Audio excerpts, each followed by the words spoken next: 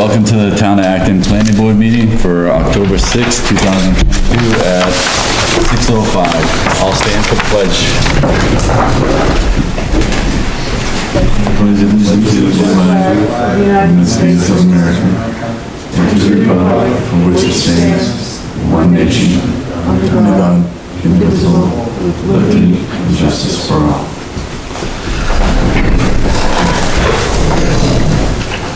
All right, first up would be Westshore Acres. We're gonna open it as a public hearing. Any comments from the people, address the chair and the board. And it's on Westshore Drive, map 128, lot 007-001.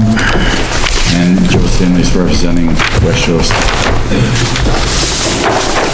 Thank you. Good evening. I'm Joe Stanley, Line Pro Land Surveying, here representing the Matthews family. Basically, they own about 18 acres on Westshore Drive. The property has frontage on both Westshore Drive and Nicholas Lane.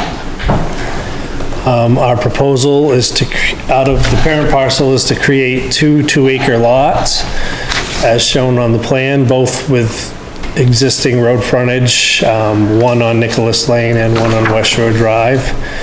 There are no wetlands on either property. Both properties have been reviewed and there are suitable soils for septic systems. Beyond that, I think everything is fairly straightforward. We'll get into later probably in the meeting. We have added some proposed buffer areas around the edges of the property to help ensure that the lots are not cleared, beyond reason. I think that's the quick summary, but I'm happy to address any questions anyone may have. Any comments for the public? No? I'll close it down then. Yeah, if there's no public input, we'll revisit this. All right, we'll close the public hearing for Westshore Acres, and we'll revisit it after our next public hearing. Sure. Which is scheduled for now. Excellent, thank you. All right, thank you.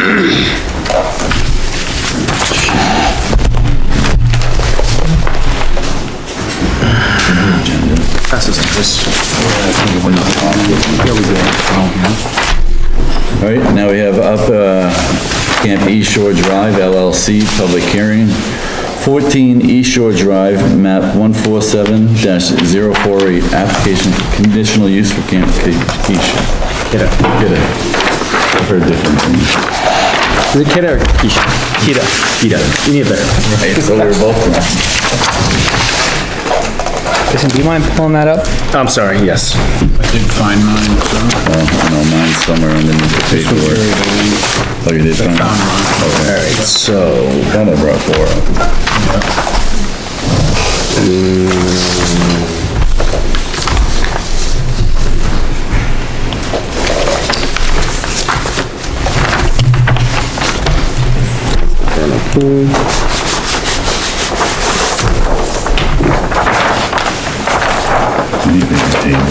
Is this what you're looking for? Yeah, that's a good idea. Yeah. Good evening, my name is Craig Burgess with Sebago Technics. I'm here tonight with Sydney and Morgan of Camp Kida. We're very excited to bring this project to the town of Acton. As the planning board and some people in the public may know, this is the site of the former Camp Nutter Boy Scout camp. And the proposed use that's immediately in front of the planning board tonight is for the redevelopment of this camp for another camp, but it will be a different type of camp. It will be a bereavement camp. And it will serve kids who've lost family to suicide. And Camp Kida intends to serve kids up to 3 weeks during the summer months. And the three largest structures that are on the site today will be renovated as part of this project, and those buildings are located here, here, and here. This one here is very visible from East Shore Drive. So there will be some changes to the site. As you pull in, people coming into the site will be directed to this turnaround for parking, for check-in, and this area is intended to provide the drop-off area. There's some temporary parking areas here, but there's also overflow parking. That grassed area that's along East Shore Drive will be reutilized for parking, any overflow parking for staff. There will be a new trail extended from this turnaround to a new community hall, dining hall. This building here is being designed by Oak Point Associates. So that is the only actual design that is being designed by an architectural firm, whereas some of the new building structures on site will actually be prefab structures that are hauled onto the site.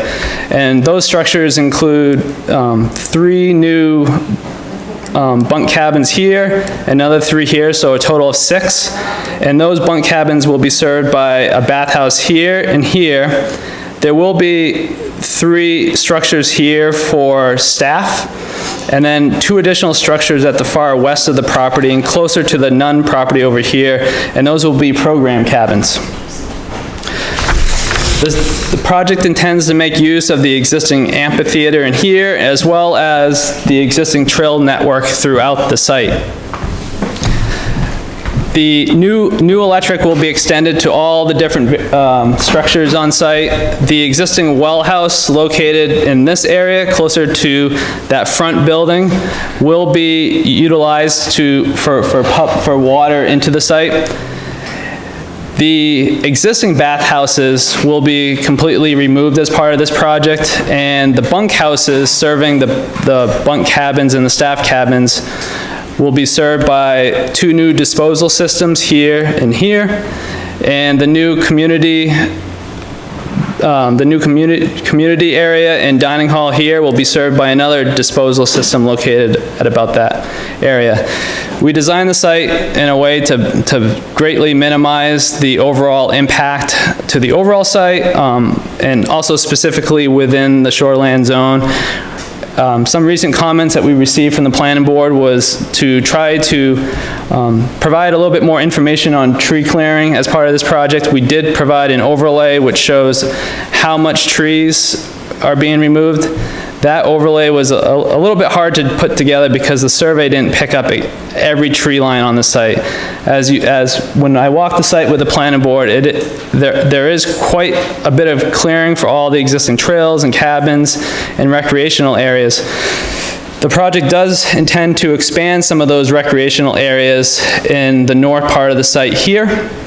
At one point, as part of the original proposal, we also had a recreational area located in the shoreland zone here. Upon further review, that area did require a little bit more tree clearing than we wanted, so we're going to try to repurpose. There's an existing clearing outside the shoreland zone here, so we're going to try to utilize that area for the third recreational area. With that, that's about all I have. I'm here to answer any comments that the public may have. Thanks. Yeah, you can go back to the podium.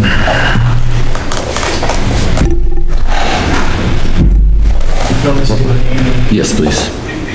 Hi, Steve Bike, 162 East Shore Drive. My only concern is that when you say treatment sites, you're talking about septic systems designs that they handle all this excess? Because I know the Boy Scouts used it for years and it wasn't as utilized as what I'm seeing now. So I just want to make sure that, you know, the drinking water still will be safe, because that's where I get my drinking water on Loon Pond. So that's all. That's my only concern. Out of the lake? Excuse me?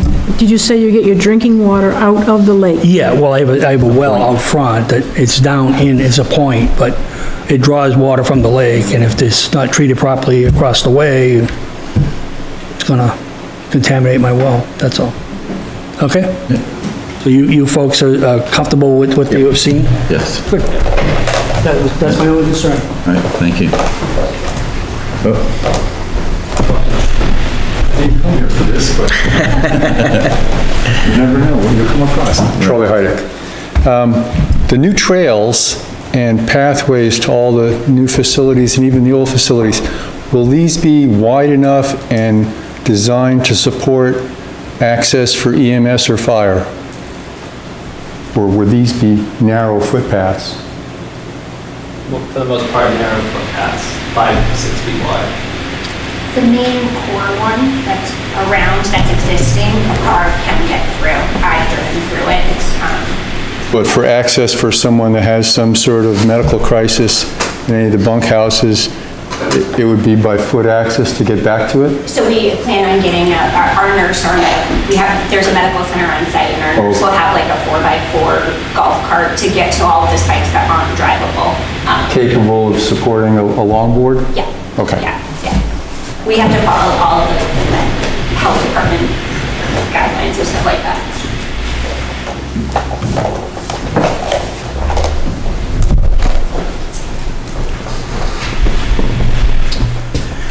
Hi, I'm Bernard Broder. I live at 249 East Shore Drive, so this is in my neighborhood. And I think this is just the best possible outcome in terms of use for this property for everybody involved. I think that the property being continued to be utilized in a way that I think the original donors, the Nutter family, intended is wonderful.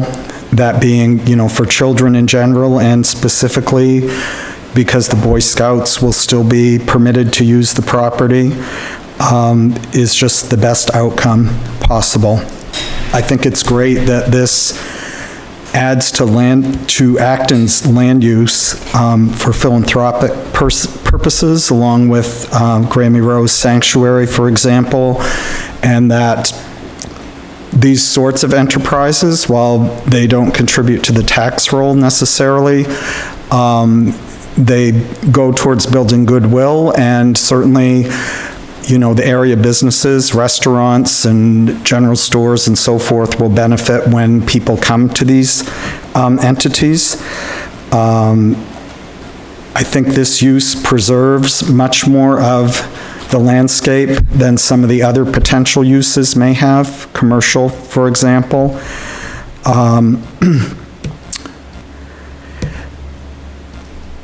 With the philanthropic nature of the proposal in mind, I'd ask the board to consider limiting requirements and requests of the developers as much as possible so that they can use their resources to benefit the children that are going to be served by it. And I know, well, I believe that when I attended the site walk, that some members were offended by my comments on the removal of trees, and I apologize for that. It was not my intent to offend anyone, but my perspective on that remains that I think it's important to keep the big picture in sight, and to not add a lot of contingencies and requirements that, while they might be preferable, again, it's taking resources away from other areas. I hope that paving will be allowed for, so that people with disabilities can access the property. I believe that's a concern, and I get that in terms of paving close to the water, but again, I think the greater good, if that is an issue, is that you consider allowing that. I think that people that live on East Shore Drive and other streets bordering the pond certainly have driveways that are paved, and that's for private interest. This is for a much greater public interest. And I think, given the kids that this is designed to serve, that, kids that have already had a major loss in their life, that it would really be a shame if they didn't have access to it because of physical disabilities, or if family members didn't, or, or easier access. Maybe it's not going to totally preclude it. So I don't know of anyone that's opposed to this at all. I'm certainly not speaking for other people, but in terms of the people I know on Loon Pond and so forth, I've heard absolutely nothing but sheer delight, frankly, that this is how that property will continue to be used. Thanks.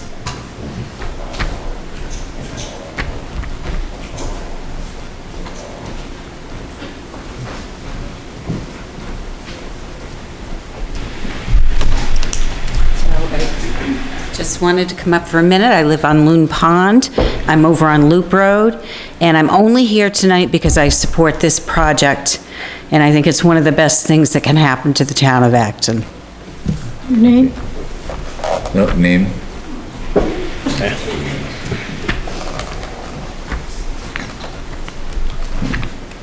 Any other comments or questions? All right, we'll close the public hearing for Camp. Get it. Sorry. All right, that's it for public hearings.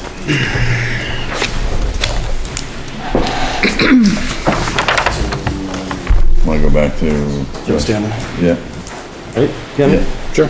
Yeah, what happened with the sidewalk? Did you have a sidewalk? Yes. We did, yeah, just 2 people. Well, that's fine. Yeah. You don't need a quorum for that. No, that's what I was telling them. All right, yeah, back to the first one. All right,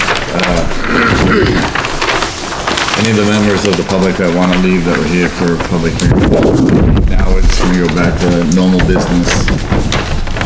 So, thank you for coming. See, found it, it was underneath that.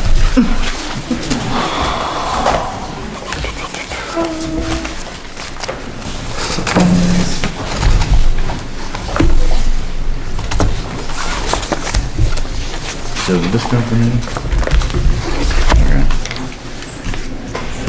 Yeah, I provided the plan, revised plan, and then 3 supporting documents. There's a sample deed, there's a quick soils map from USDA, and then there's the summary of that court case,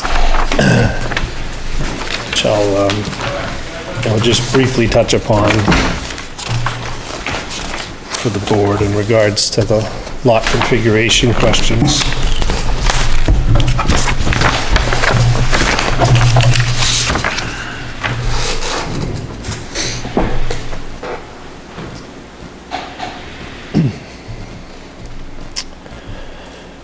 All right, so I guess I'll start by summarizing the documents that I have provided tonight, and then summarizing the changes that we've put on the map, and then happy to answer any additional questions that you might have. The easiest one, we did provide the county soil survey information. That's the larger 11 by 17 map that we provided. Basically, that was a result of, review of the video of the last meeting where everybody wanted to make sure that the building envelopes and the building areas that we show on the plan, there were likely to be suitable septic systems.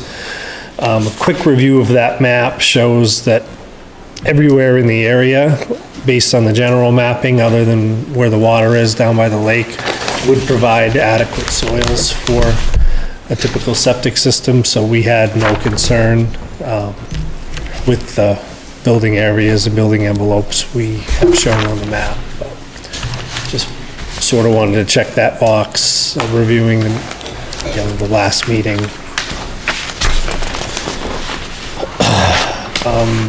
We have also provided, a sample deed, which our client would use, a very close version of to create the deeds for these 2 properties, Lot 1 and Lot 2. Basically, just to give you an idea of how we've handled pointing out different buffer restrictions and things in the past. If you notice kind of the last full paragraph on the sample deed, we will call out this plan by book and page once it's been approved, once it's been recorded.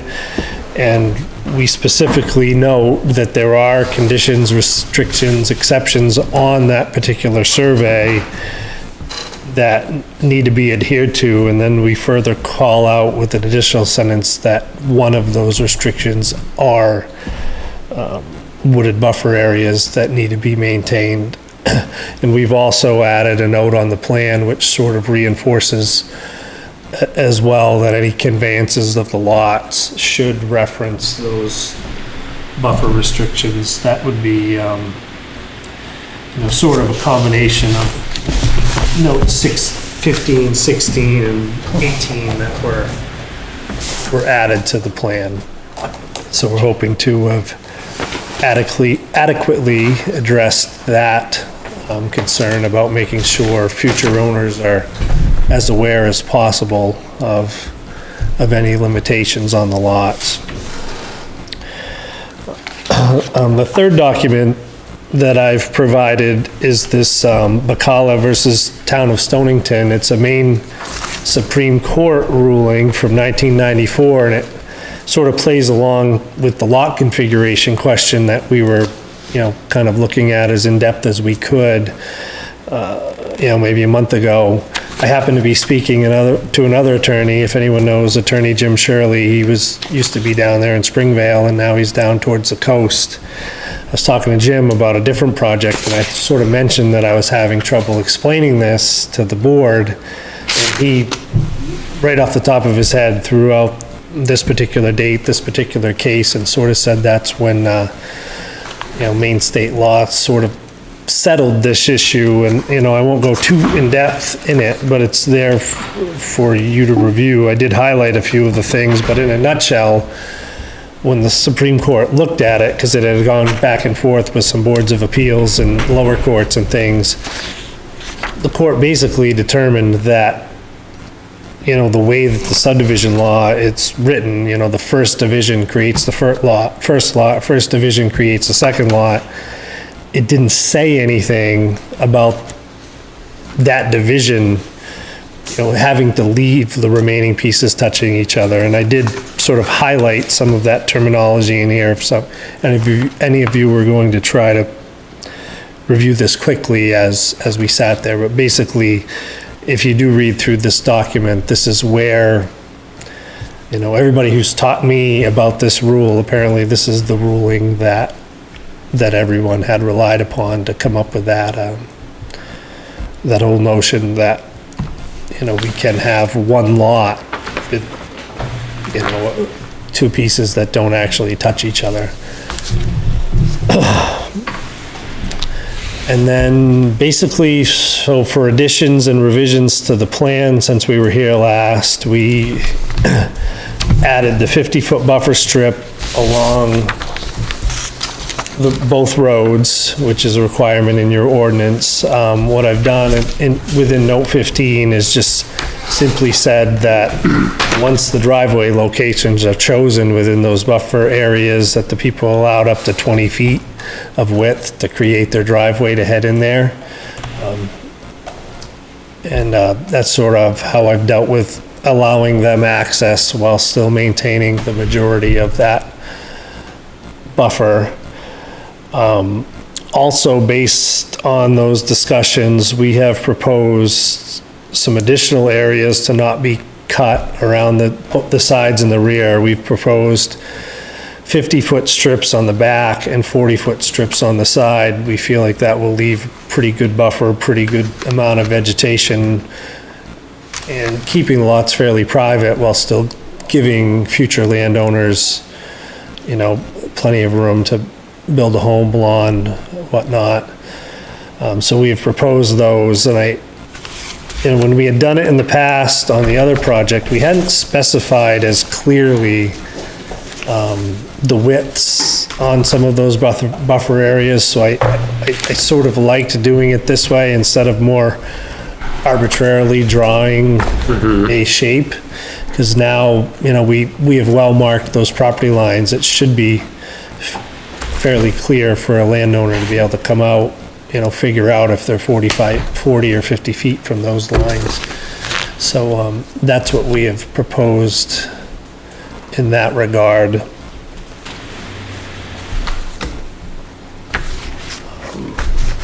We did also add, further reference to Maine DEP's best management practices and just reaffirming that any work done on the sites must be done up to their standards, and we do show the sample silt fence diagram and, a sample house lot development type sketch on there to, again, sort of reinforce these issues, get owners and builders to be thinking about those sorts of things.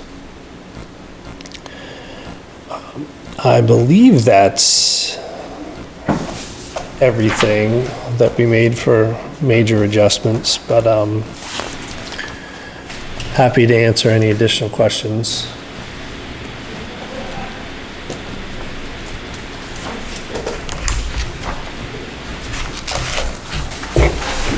Well, Joe, thank you for bringing in this documentation from the Maine Supreme Court, because it gives us something to stand on. Yeah. I appreciate that. Believe me, I appreciate Attorney Shirley pointing that out to me, because it was frustrating to not be able to explain it better myself, just going kind of, hey, trust me, guys, Always helps to have it backed up. I don't have any questions.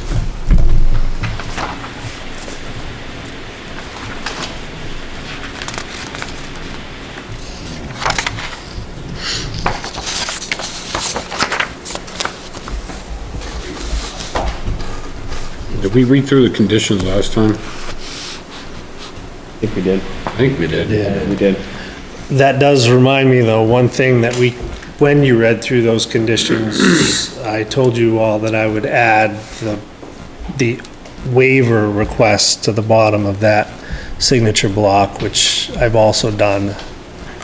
Now, just kind of, it was the, erosion control plan, which, Maine's DEP's best management practices on each individual house lot should take care of that. The stormwater management plan and the phosphorus impact analysis were the items that we had discussed at that meeting that I told you I would add to the plan under that waiver section to make it clear that those had been requested.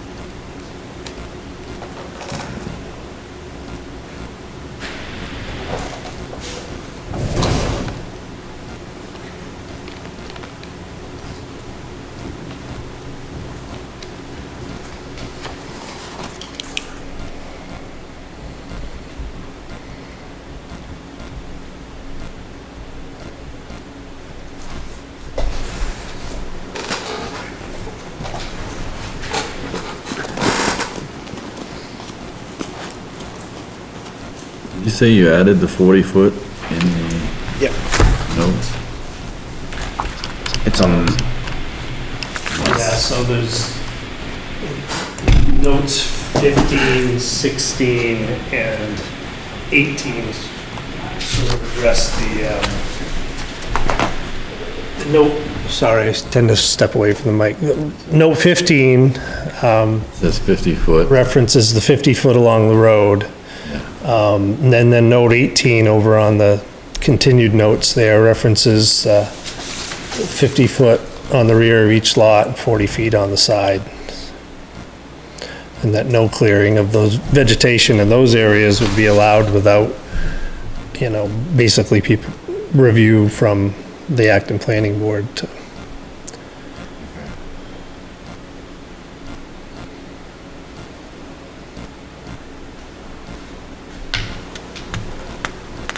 Anything, Gavin? No, I'm just looking at the, waiver, the page, in the subdivision ordinance.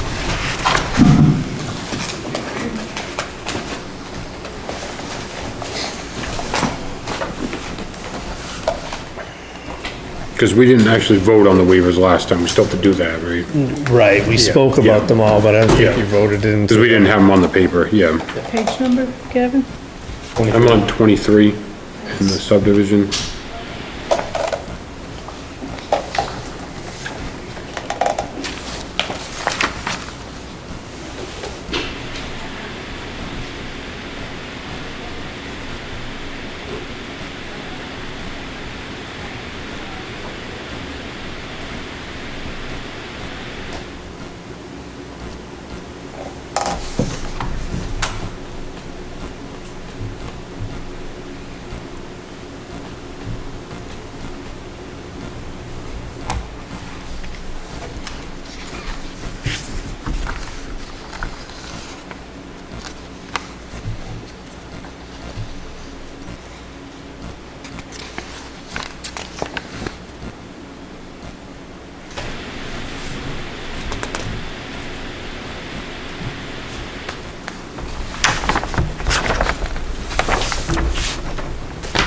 So, Joe did provide the slopes and the soil survey, and most of the land is 15%, did I read, is that correct?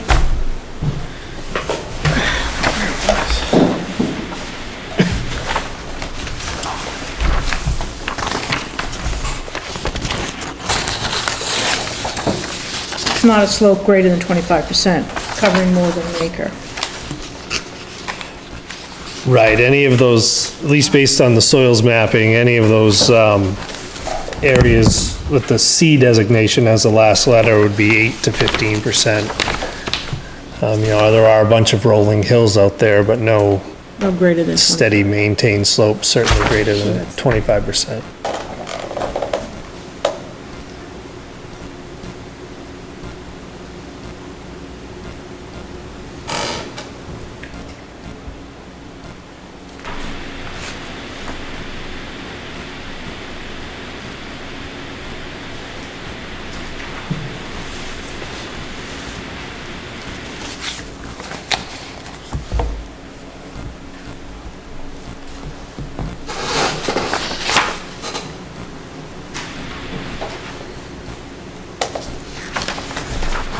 So what do you else think about the waiver requests?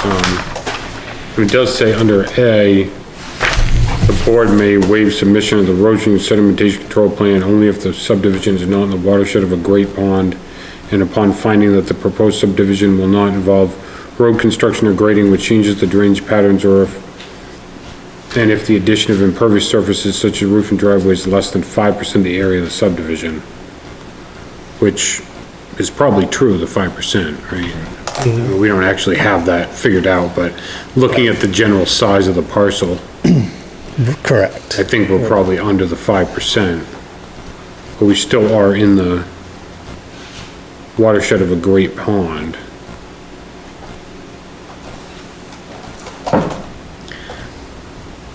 But we're not actually looking at, we're not looking at the development details, so to speak. We're just looking at a simple division of land. That's kind of the same for the next one. The stormwater management plan's the same thing. Only if it's not in the watershed of a great pond and if, not include more than 5%. Joe, do you remember what the distance is off the top of your head to the lake? How many feet? You can, yeah, that map in the upper left, I mean, it's, looks fairly close. But, So, I couldn't see it when we walked it. We didn't really walk. past There the you wall. go. Jason's got a good solution here, so. Where the lot was. Joe, map and lot number quickly? They go to the, I don't. I think it's quite a distance. 128. Map 128, lot 7-1. Or lot 6 would be the closest.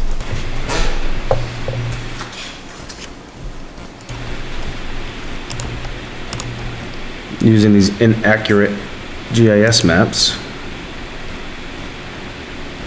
So you're still within the shoreline zone. We don't have that on the map.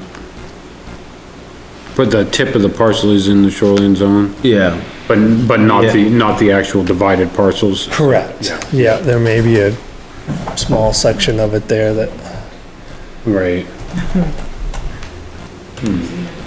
First division. Yeah, yeah.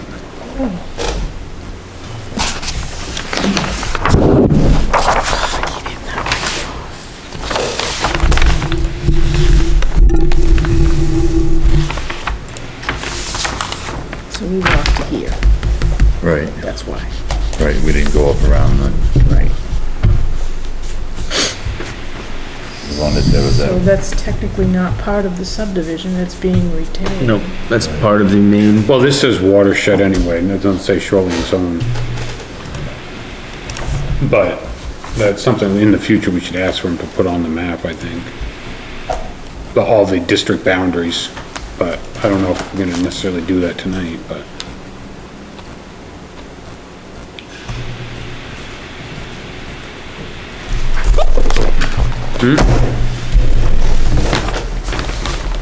In the future. Right. You know.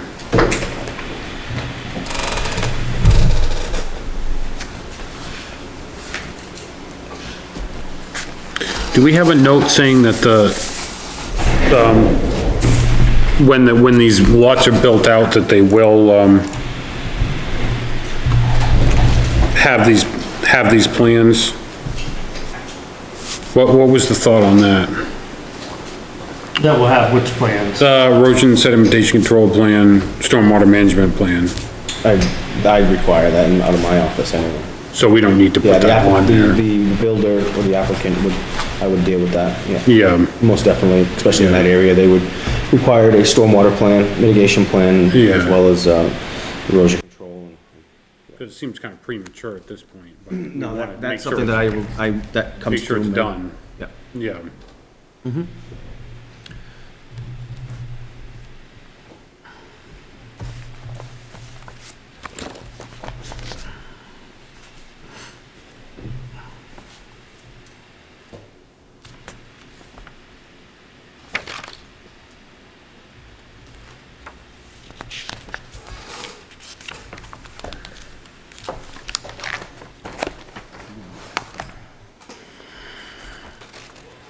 Okay, I'll make a motion that we approve the waivers for, Westshore Acres. Being, 3 of them being the erosion sedimentation control plan and the stormwater management plan, as well as the phosphorus impact analysis and plan. Second? All in favor? All opposed?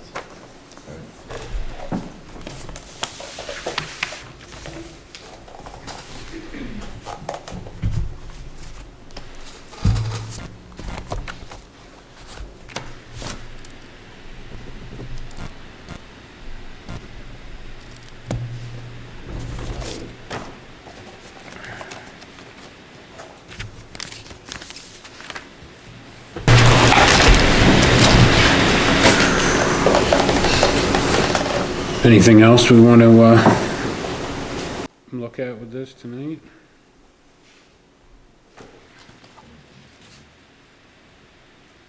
Keep that dry. On the sidewalk at least.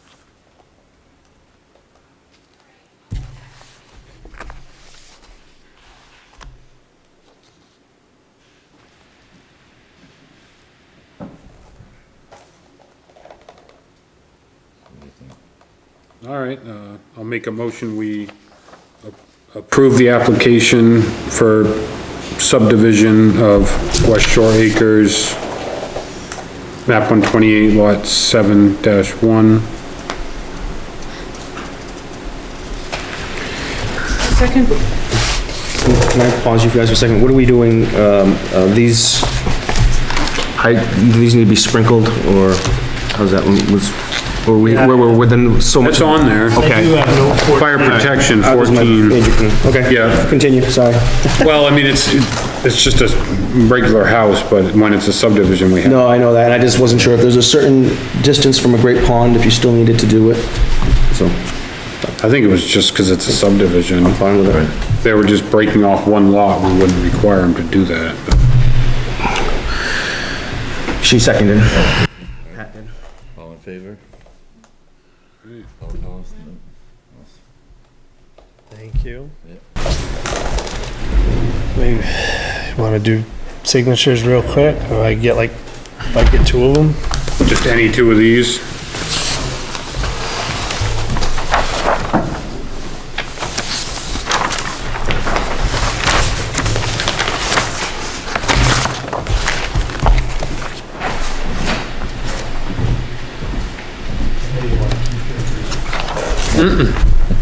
That's right.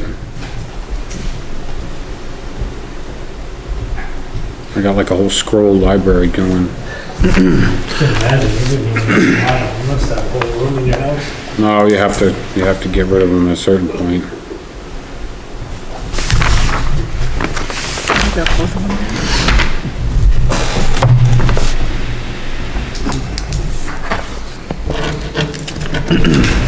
Still need, I'll talk to you about it later. Lots.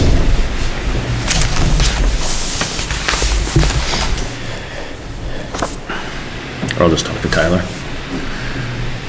Or in this case, if it's easier, I'll just bring them down tomorrow and add it to. Yeah, yeah, well, I'm scooting. Probably. We'll deal with it. Yeah, I know where you live.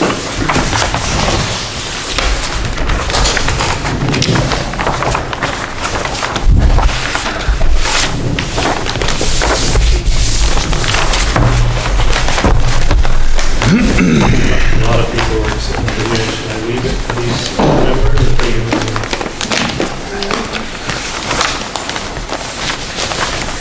Did you do a good job recycling there? We do. Office isn't safe, but if we don't recycle, we don't pay for that. Oh, there you go. It's an incentive. All right, well, we keep one of these and we give you one of them. You wanna give one to Jason? I have one right here, but yeah, I need one signed. Signed one. It's a beauty. I'll let you fold it like you guys do.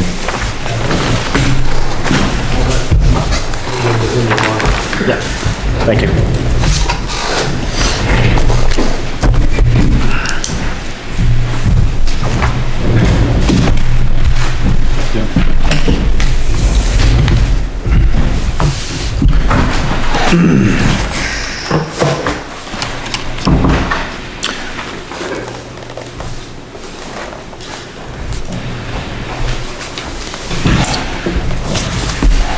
Are you gonna be going on over any of the other PDFs that you sent in, or just kinda, okay.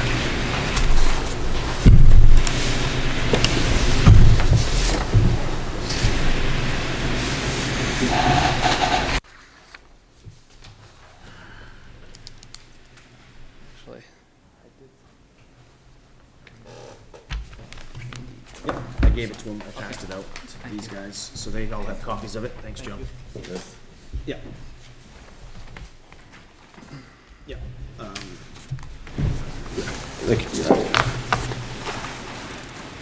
Craig was just pointing out, Pat and Chris, the DEP, approval. Yeah.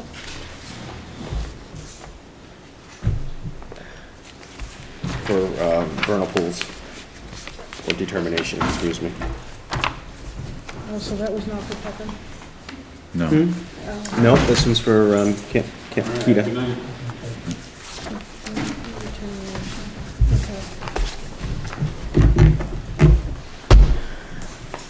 You got, I handed that to you, that was for, Yeah, What we requested. I think I have that in here somewhere. Yeah.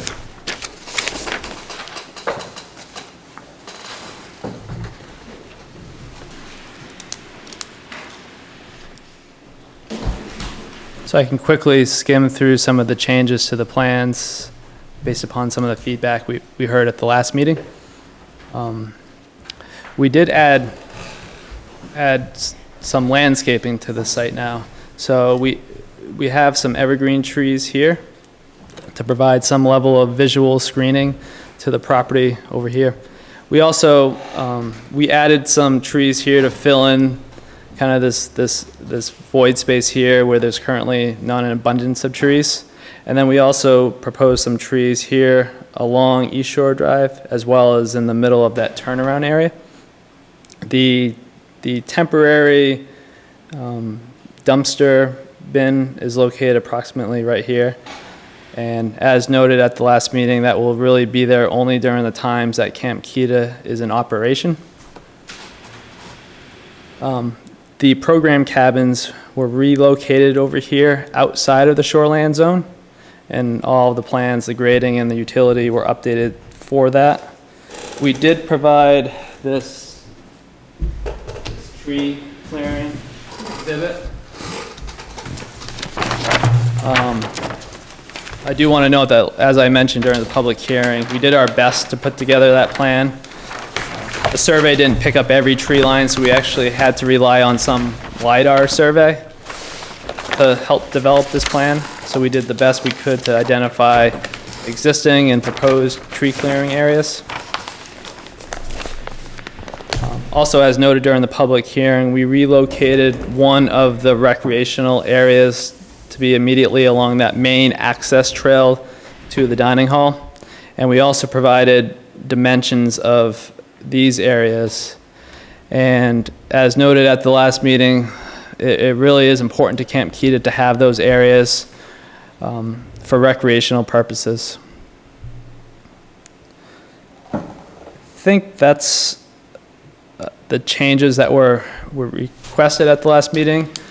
Jason did just pass out a vernal pool approval, not necessarily an approval, but they agreed with our interpretation of that vernal pool located in the northeast corner here, that it's in fact not going to be considered significant because the culvert is clogged up along 109.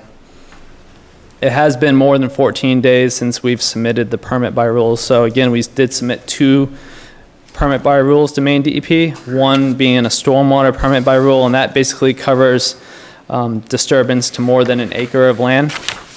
And we submitted a Natural Resource Protection Act permit by rule for the limited amount of disturbance within that 75-foot buffer along Loon Pond. More specifically, the outlet pipe from that detention basin that's proposed in this area here. And again, a Maine DEP stormwater law permit was not required because the project isn't creating greater than 1 acre of new impervious area. So as far as Maine DEP goes, their review is limited to the 2 permit by rules and then the vernal pool forms.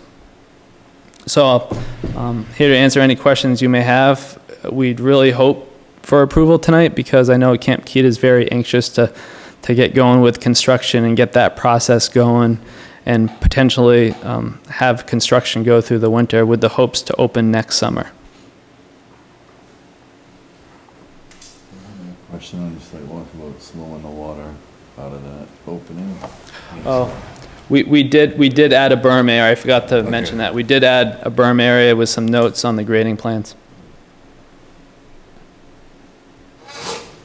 So the hope would be that they extend a berm across and they put like a permanent erosion control fabric that eventually grass will come up through it, so you almost never know that that fabric is there, but it will provide like some reinforcement of that area as stormwater wants to come through. There'll be like a little dip in it, so instead of the shallow concentrated flow that exists today, it would spread out across. It would almost act like a level spreader out there.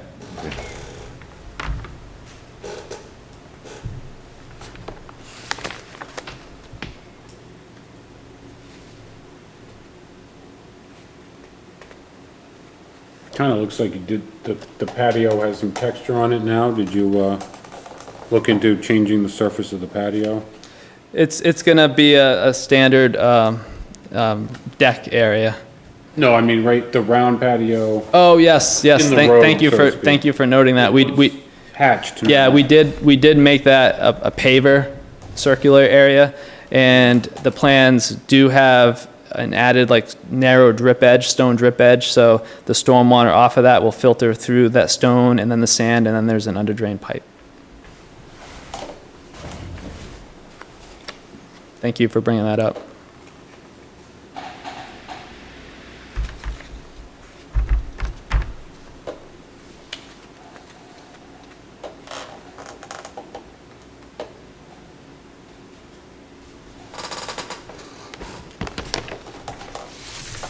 In doing your survey of the trees, are there any trees that might be candidates for being on record with the National Registry for large, big trees? Not that I've, Might want to consider registering? not that I know of. I specifically didn't look into that registry.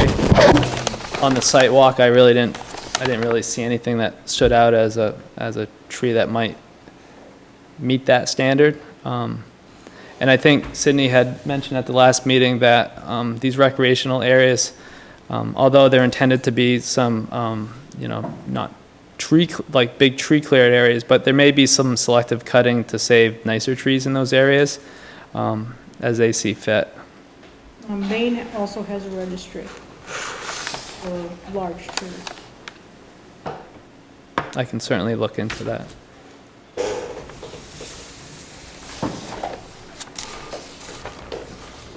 Was there a specific tree? Do you remember the area? Or?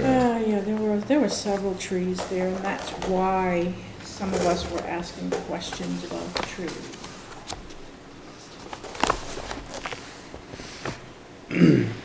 Craig, you know the distance of those recreational areas off the water? Are they out of the 250 foot? Oh, yeah, there, buffer zone? so the 250-foot line is right about in this area here. Okay. So they're getting to be around the 500-foot Yeah, mark. okay. So then they're,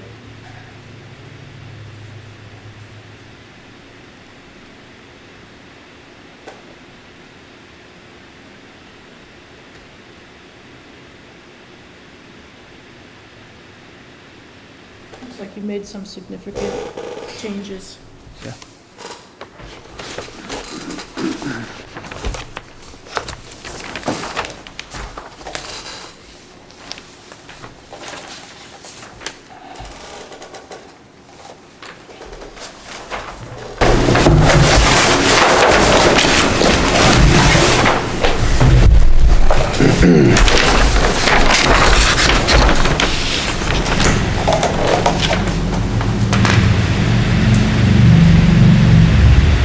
So the dump, when the camp closes for the year, the dumpster goes to, essentially, so anyone that else is using the property will haul in, haul out? Okay. Like a lease agreement term type? Okay. Any other usage beyond that will be just whatever they bring in, they take out. Right, hopefully. I think that will be pretty well monitored by them.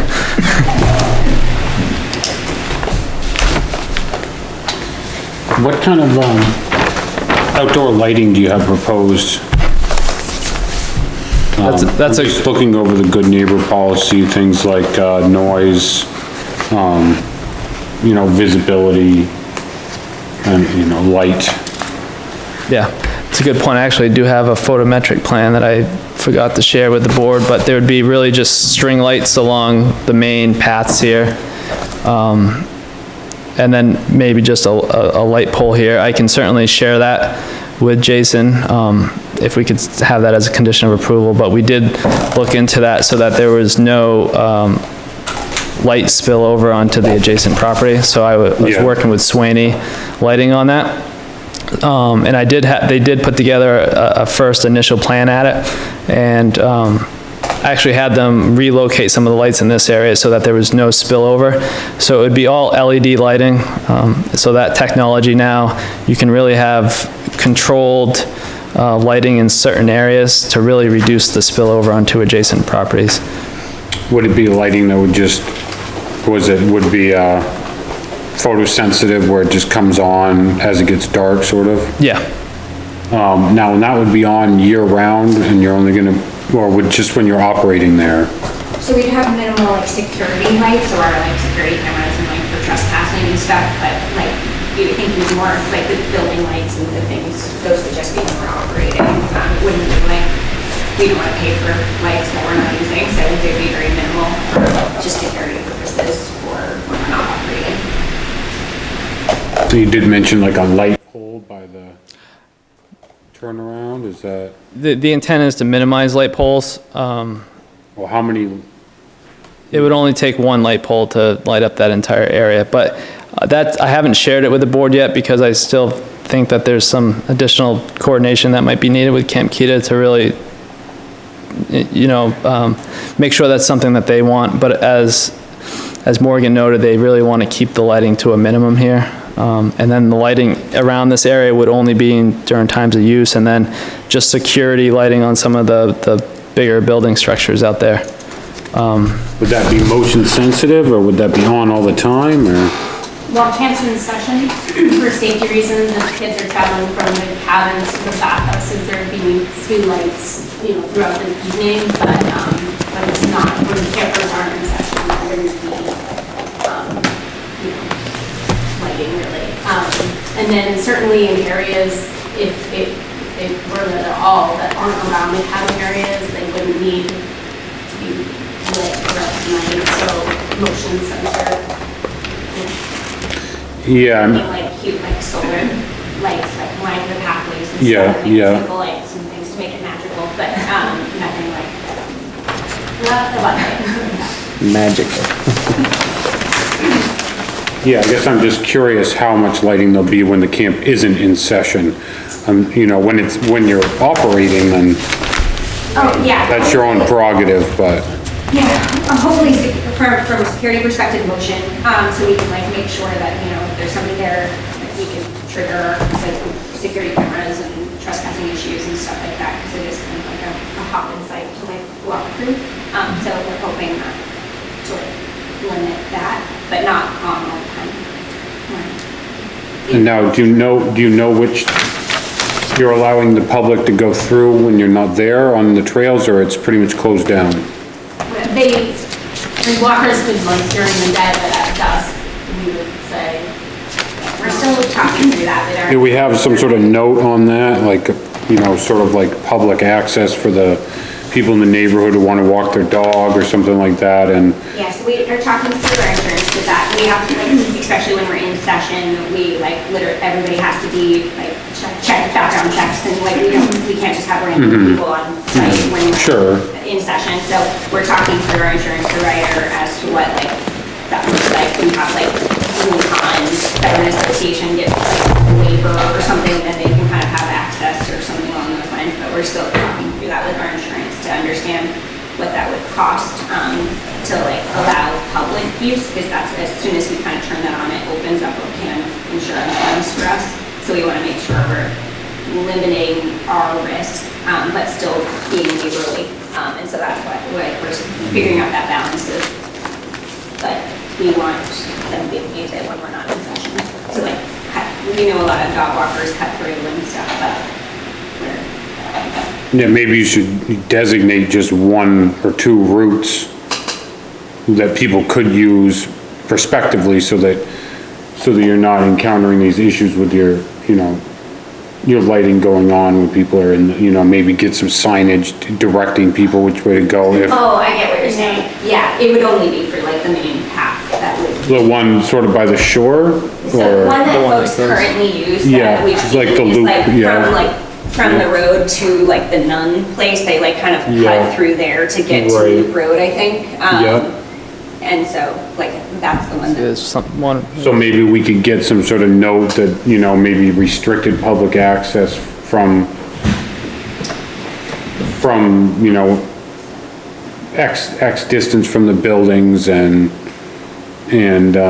just maybe directed them to certain areas. I don't know if you would allow them to go and use those recreational spaces in the north part, or It would really be once we have like a licensing agreement to say that they like agree to our rules and regulations and like respect the property and call and we know who's there, and we get a certificate of insurance if it's like a group use, like the Loon Pond Betterment Association used our property this fall for their like board meeting, and we just have like, just to cover CYA, like just to cover, we have them like provide, like you're taking your stuff, we get their certificate of insurance and naming us as like, and just to protect us, because we are a small nonprofit, and so if something goes wrong on the property, if somebody's walking their dog and they trip and fall and they sue us, they can destroy our nonprofit. So we really want to like make sure we're really cautious and aware of who's on site and on site. Okay. And so it's really more of like we would come up with some sort of like access card and not just public. Like it would be more like you've agreed to our terms, you understand, like, and you're like a member, you know. So that way you kind of like Loon Pond Veteran Association, like working with them to kind of come up with that agreement, just to again limit our liability risk, and the safety of our campers is our number one priority, more so than people walking their dogs. of course. Yeah. I'm just thinking about the other 49 weeks out of the year that you're not there, what the use is gonna be like. Now with that membership, would you be allowing people access to the water there through your beach, or would it just be, you know, pretty well spelled out, they have to stay on the trail? Spelled out. So we've been talking to our attorneys helped us like draft up a few agreements, like the Boy Scouts have used our property a few times, they have their like camp breweries coming up using this property, and so it depends on the group what they have access to and like what their insurance is. Like the Boy Scouts would have different access because they provide their own lifeguards and like things like that, whereas like we don't plan on this being like a public place for like, 'cause when we're not using it, like on Wednesday nights we'll have like potential like suicide support group in our community center, and like it's not gonna just be completely like vacant, like. Oh, so you will still have some, It's just not. you will be operating to some capacity during other months of the summer, Like that's what my office, like her office will be there, and because we do have to get your like operating hours and things like that's kind of figured out. What were we doing with that, Jason? Do we have anything started with that? Yeah. Thought we had an operation, did we have, I think I didn't bring it up. We had mentioned that they're gonna use it for 3 weeks or so in the Right. summer. I honestly think you should probably expand that number so that you don't have to come back to us because you want to do it for 4 weeks out of the summer, you know? Yeah, That would be my inclination. That would just make it easier for you. yeah, if that could, something like that could be written into the findings of fact. Yeah, yeah. But then also just, I think it's gonna be completely hard to predict what those, Yeah, what those hours are, but, like Sydney it will be her office space probably throughout most of the year. Mainly in that building right there. so there will be some people in residence for a lot of the year.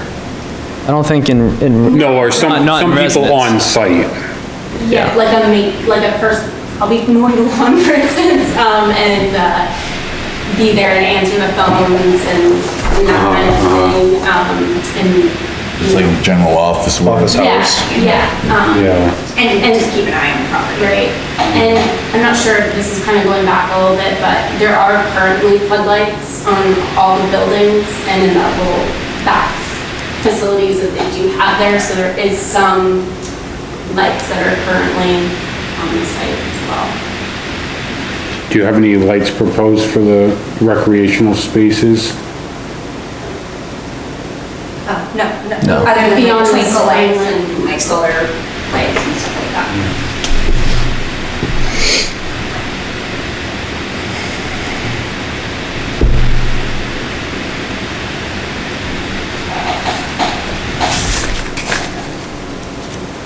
We try to get the kids to bed quickly because we're tired by 8 p.m. Luckily, it stays nice and light during the summer.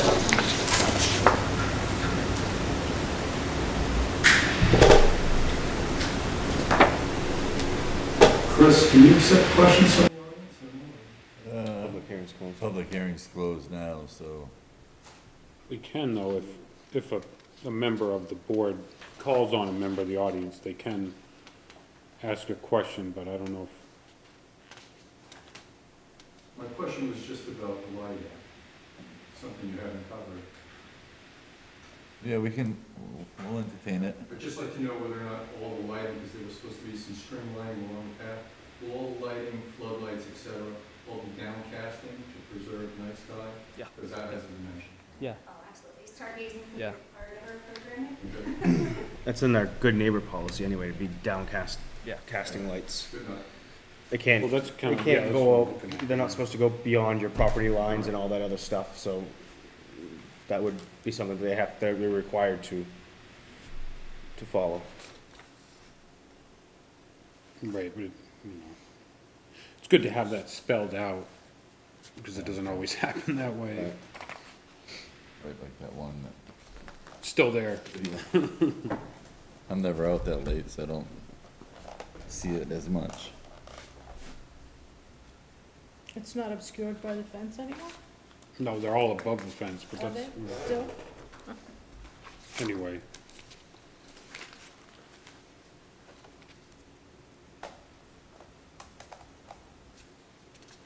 There was one, thing here, it's like,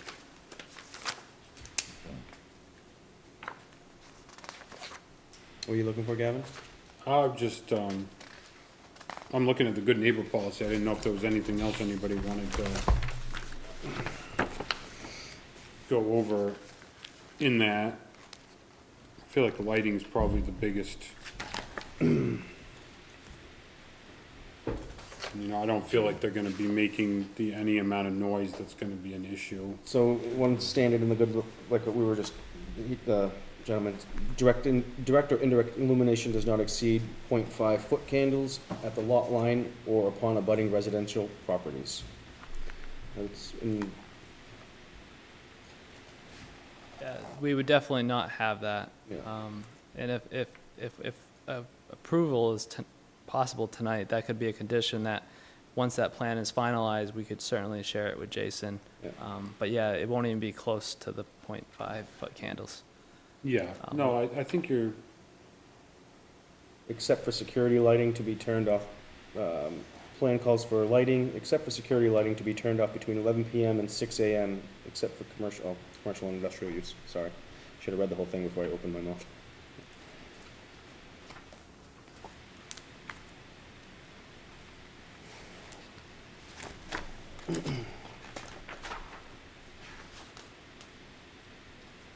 I'm looking at page 57, it's like, we have exterior lighting, then we have buffering of adjacent uses, 5.11.2.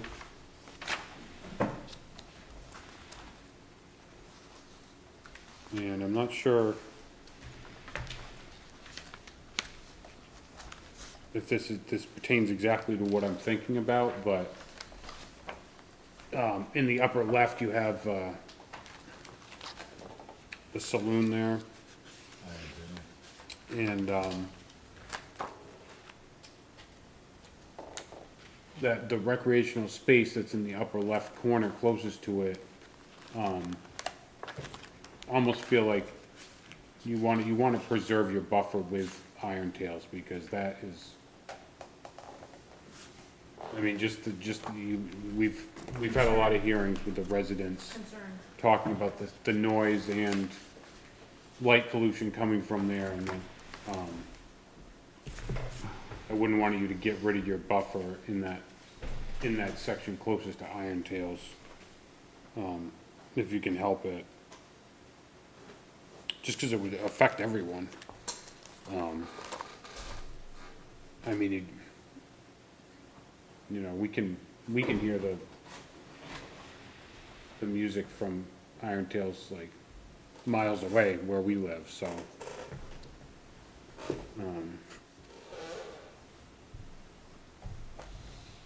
Just something to take into account. It must go over my. Yeah, Do you you're hear down in the the ice hole. races? Do you hear the ice races? Yes. Do you hear the ice races? Oh, yeah, everybody can hear Okay. that. Yeah, I missed the music part. Do you guys have proposed weeks of when you're gonna do it? You're gonna, I would, I mean, it really, so typically we rent until our weeks are in August. I mean, July, August, it's really just like the summer when we're able to, operate in summer, when school's not in session. And usually we operate so kids get dropped off on like a Monday, and then get picked up on a Saturday. So it's, we're hoping with like the Iron Tail thing, that the nights actually won't really overlap because it's more like during the, kids true. there. I would stay away from Bike Week, because that's a week-long situation over at Iron Tails. And I mean, they are required to shut it down, but it's like, well, I don't know, 10 or 11 o'clock at night. I can't remember what it was. But, Yeah, that's good to know. We'll definitely,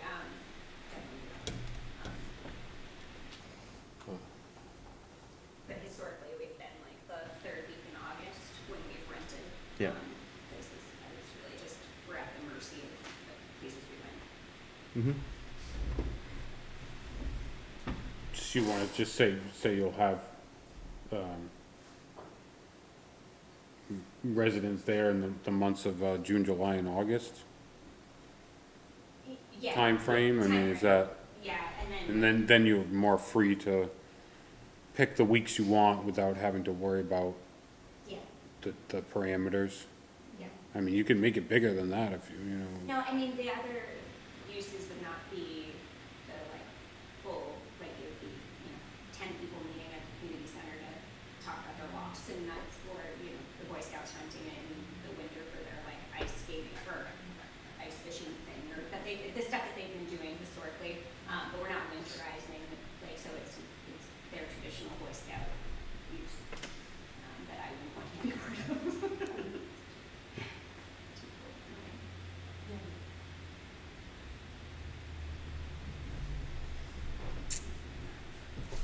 So we just have a note that says like, periodic, how would you wanna get the terminology on that down that would incorporate both their kind of workshops or get-togethers and the use of the Boy Scouts? And just to kind of summarize what the year-round use would be like. Periodic seminars or rental retreats or something, because it will never be like the summer, like when we're operating Camp Kita, that's the only time we'll be at the full capacity, using all the buildings and like having like our traditional model.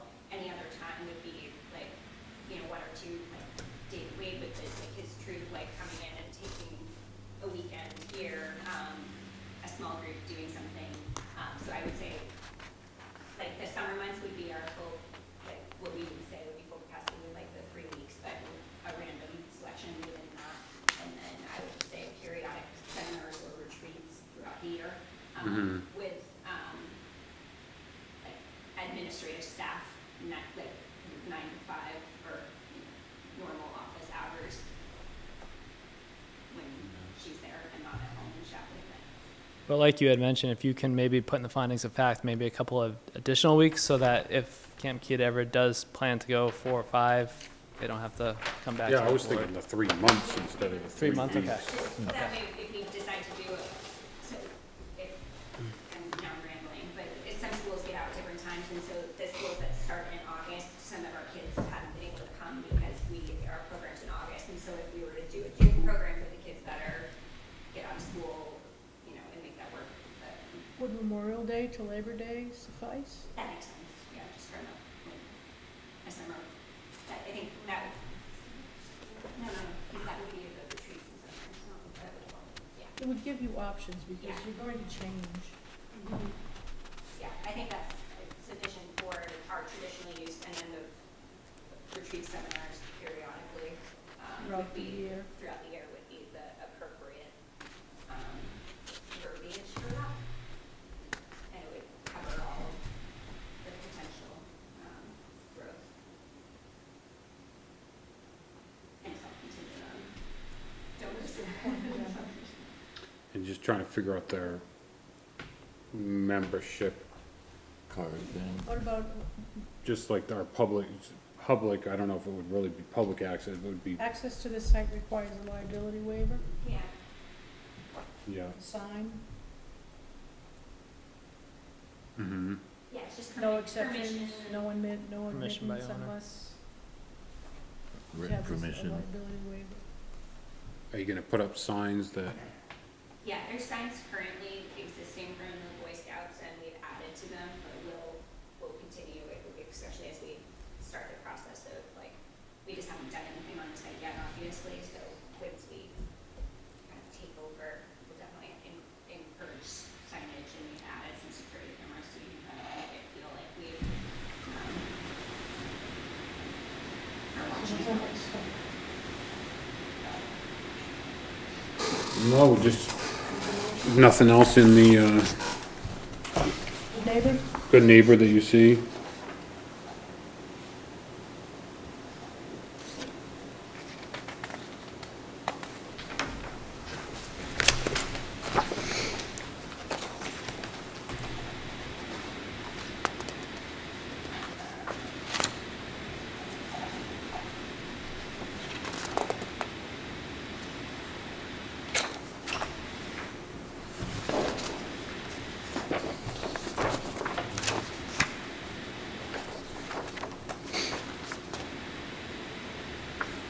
No off-street parking?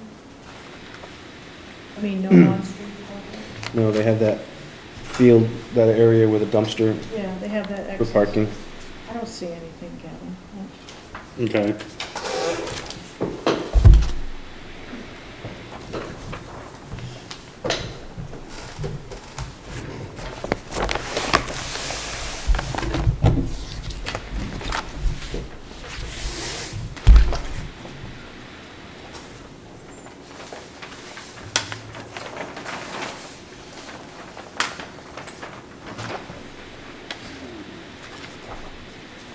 So you have your total clearing areas in acres proposed and existing. Do you have like rough dimensions for the recreational spaces? Yeah, those were added to the site plans. They're in one of these? Yeah, I forget the sheet number, but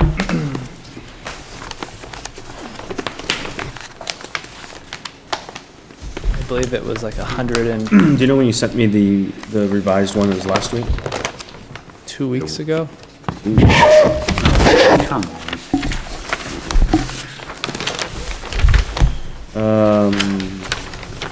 It's in Yeah, the sheet set right there.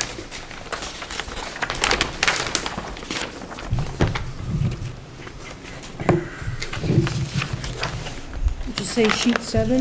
Is that what you said? He said sheet set. I'm just trying to get it to upload right now.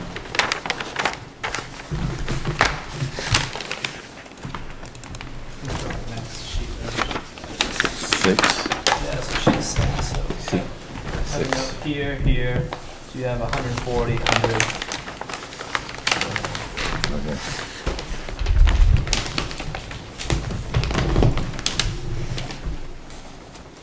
What page is it on? Sheet set. 6.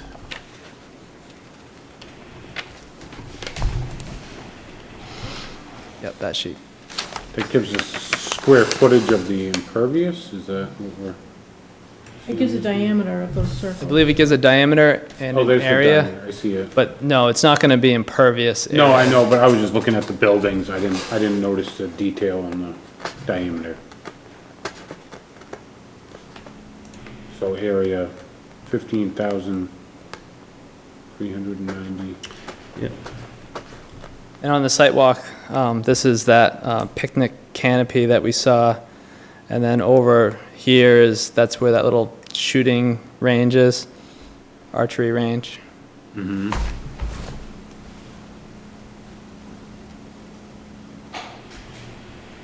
I mean, that's the recreational space that you're on right now is the one that I'm most concerned about in terms of noise from iron tails, you know, getting right out onto the lake. I mean, there's not a lot of buffer between Iron Tail's property and you know, your property.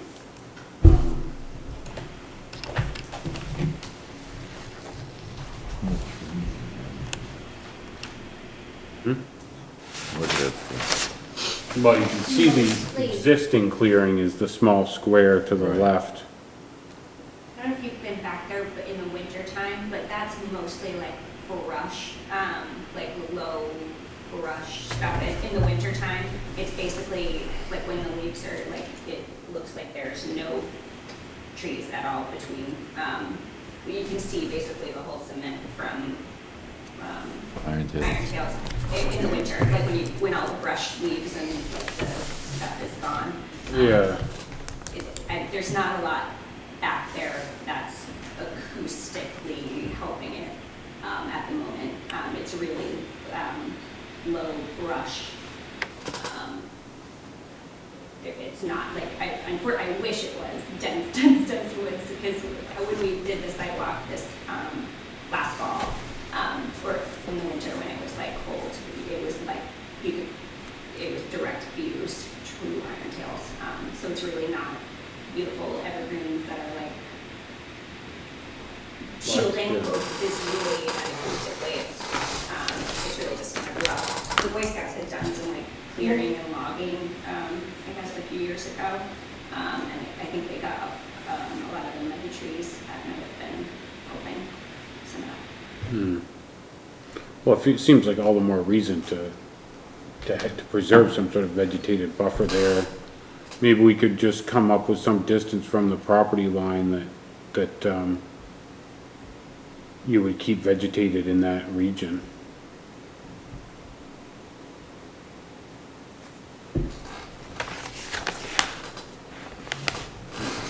We've got the 25-foot side setback, so really the edge of the existing clearing is only 25 feet from the property line.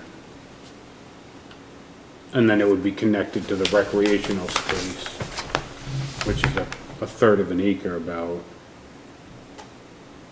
I mean, something like that could be revegetated to some degree, because there may be some level of gravel out there, and then just planted with like a conservation seed mix and just left to revert back to natural condition. In the Or I'm sure Camp the Kita. existing opening. Yeah. Yeah. Or I'm sure over time, Camp Kita could also plant some trees in there if that really does become an issue. Well, I feel like it is an issue that we've already been addressing with other applicants and with people who live all around the pond, because the sound travels right out onto the pond, and then and it seemed like the best thing we could do was try to encourage buffering between Iron Tails and adjacent properties, and I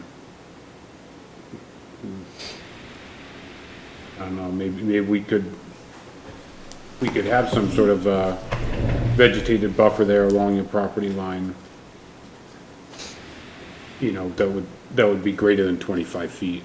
I don't know if that's something you would agree to. I mean, our goal is to see and hear Iron Tails as little as possible. We want this to be a nature experience for the kids. We also, at the same time, we do a memorial kite flight. We need a place to play soccer and ball, and just like, we moved the existing recreational zone from the shoreline, which would have had more of a buffer between Iron Tails, to ensure that the trees were brought to the shoreline. And so we kind of had lesser of two evils.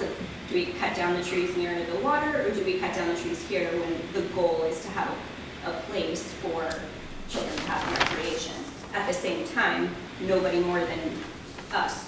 We don't want to look at a cement wall. We don't want to hear them. We will be doing that with discretion. We have this on the plans because our goal will be to have those places. Once we're in there and actually doing construction, if there's a beautiful tree or if there's all of this stuff, we're going to do our best to ensure that, because we want to see trees. We want to see this, but we also do want a place for, normal camp activities and putting out yoga mats and meditative breathing and all of the normal stuff. So obviously I don't know how to write that with like the best of our intentions of like buffering with the goal of still being able to have recreational space. And I would love to say we will plant 1 million trees back there. We don't have the budget to plant 1 million trees today, so that's something that we would, in time, like as we get volunteers or more funding in the next few years, like our goal is to make this a beautiful wooded camp experience. And so if, you know, as we get more and more established and we're not using all of our capital on this initial build, we even plan on one of our plans is having memorial trees planted for campers to be able to kind of sponsor a tree named after their loved one. So we hope to continue to make this like a more and more beautiful vegetative, but of course in the plans, we can't write that. So I don't know. Well, expanding your vegetative buffer with your property line wouldn't affect your recreational space. It would just involve committing to letting the area in the buffer grow at its own rate. It wouldn't, no one would be asking you to revegetate. It would be more like, just don't mow this existing clearing right there on the left. So how would you propose to, like, just, whoops, sorry, show like a buffer in this area with lines to designate it on the plan? Yeah, I mean, that's kind of like what we just did with the previous applicant. He had these, he had a 40-foot on the sides and a 50-foot in the back of a vegetative buffer just for a house lot. So maybe you would be interested in having that, especially in this area where, you know, Iron Tails is so close to you. Can we get them to plant some trees? Well, we worked on it. I bet they do a ride. I bet they really do ask them. Yeah. Right, I mean, yeah. He's talking something like this, if you wanna look at this. Yeah, I mean, yeah, we can certainly add something to like that over here. You just continue that commercial, that line from the commercial district down. Because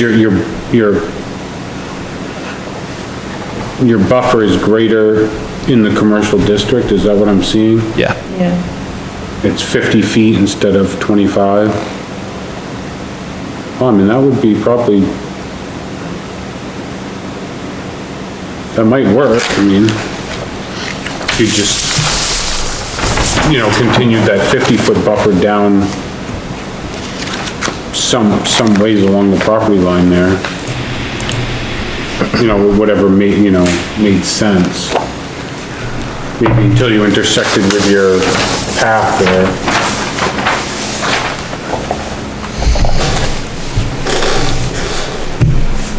And we'd be open to that, and we could work with Jason to get something shown on our plans.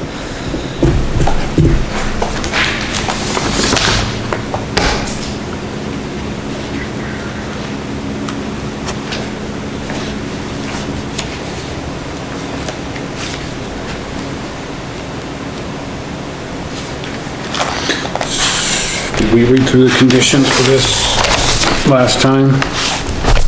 Yes. Yes.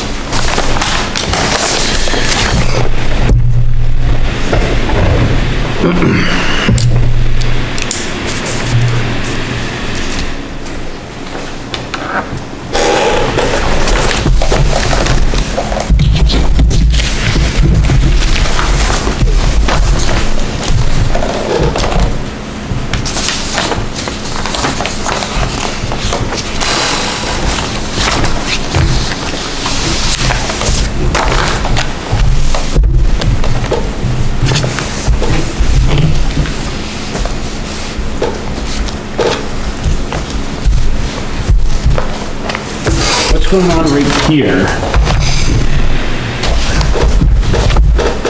There's like an entrance from the back, so to speak?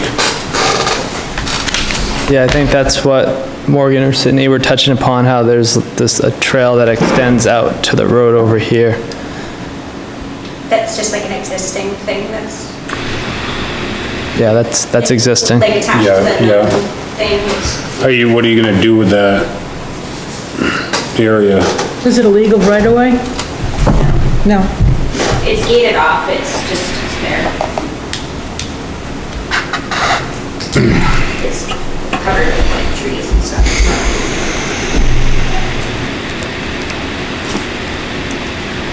Well, I was just wondering, because it shows the existing opening at the end of that corridor, so to speak, and I was just wondering, There might be like a, Yeah, I think it's a, the Boy Scouts have like a few like campsites that are like tent for tenting that's Yeah. existing like in the clearings, and that was probably utilized as one of those.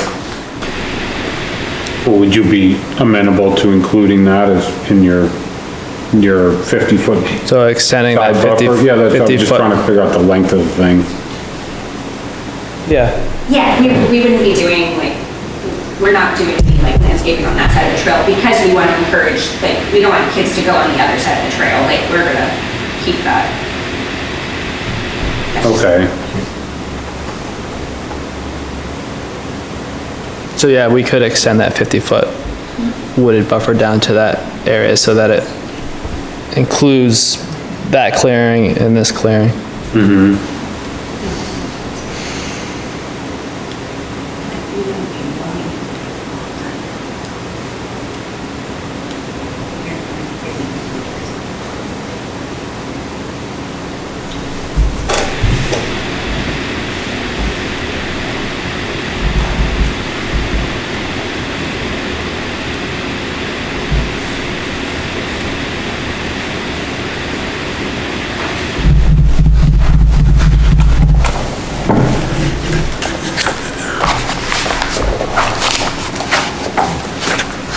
anything else?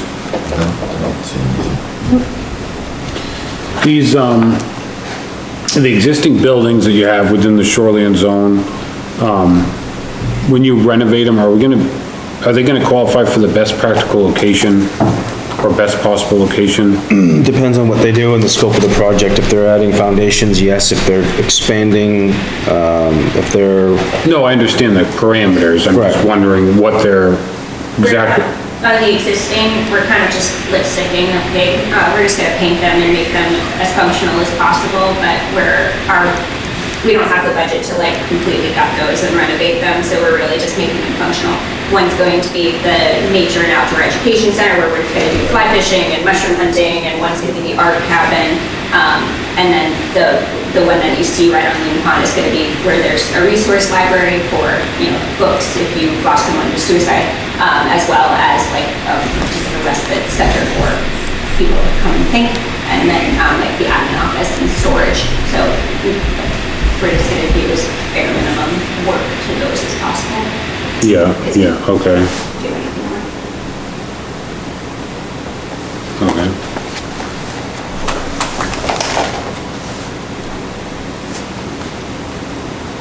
Then you're not gonna be are you gonna winterize those buildings? No, We're not even bringing water to those. So some of the buildings are gonna be winterized though, right? So one of the staff cabins is gonna have a mini split, and the dining hall is gonna have mini splits, but we're not doing, like, extensive HVAC.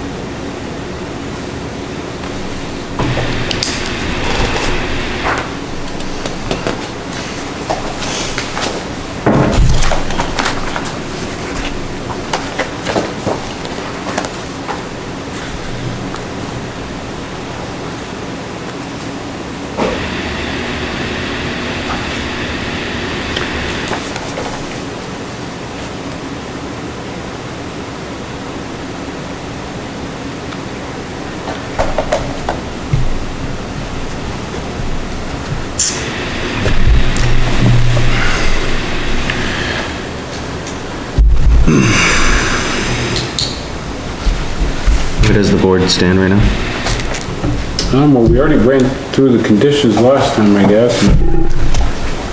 I think we determined the application was complete so that we could have a hearing. We're just kinda fiddling with the details. I guess we just have to decide if we wanna see any changes to the final plan before we approve it, or if we want to, sort of just approve it with conditions, or if there's any other, you know, I'm just trying to make sure we cover everything. Kinda like the lighting.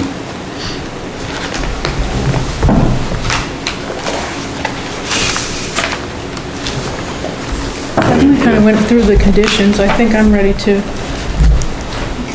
accept the plan, make a motion to accept the plan. Yeah. With conditions, and then we just gotta spell out some of those things we were Some of just the discussing, conditions, make so sure that we that can Jason's read. got them down. Yeah, you did write them down. Yeah.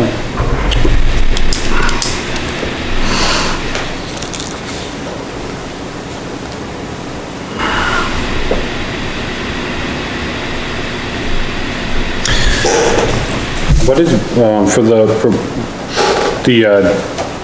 almost the 38,710 proposed clearing in the shoreline zone, where is most of that? Some of it's for the detention pond, right? Yeah, there was some for the detention pond, that disposal system. Oh, yeah. A little Right. over there. Some minimal clearing. Just some very minimal clearing over here, I believe.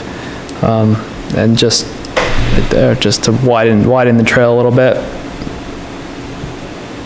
And how wide was that trail gonna be? I believe we have to make all trails that will carry structures a minimum 14 feet wide. You're gonna be carrying structures on that? Well, those buildings need to go get placed in there. All these buildings will have to be Revamped. brought up here. Right. So that's 14 feet on the... Yeah, as well as these program cabins will have to get brought up through Oh, here.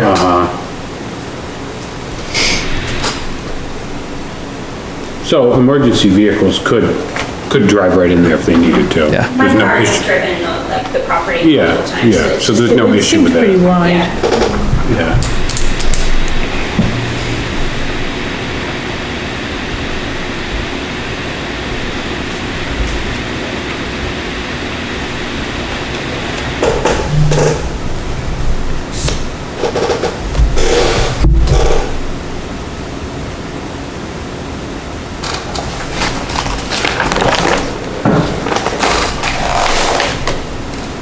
Some of the conditions I heard tonight is just making sure we wrap up that lighting plan, share it with Jason, checking the registry for large trees, and then a condition for the tree buffer along the westerly property line. And then a note on uses, Okay. what you guys are gonna, the periodic uses, maybe Okay. Memorial Day to Labor Day, as well as some stuff throughout the off-season rental agreements, whatever Yeah, it and like is. what kind of signage they were talking about for that? That'll, Access by permission only. yeah, that's what you're gonna have. I would think, yeah, if you want. I'd like to make a motion that we accept the application for Camp Kidda at 14 East Shore Drive, map 147048, application for conditional use with conditions. Did I do that right? Sounds good. Second, All in favor? I'd like to spell out the conditions a little bit more thoroughly. Just in terms of the like operational hours and use, I guess, I don't. We've got the,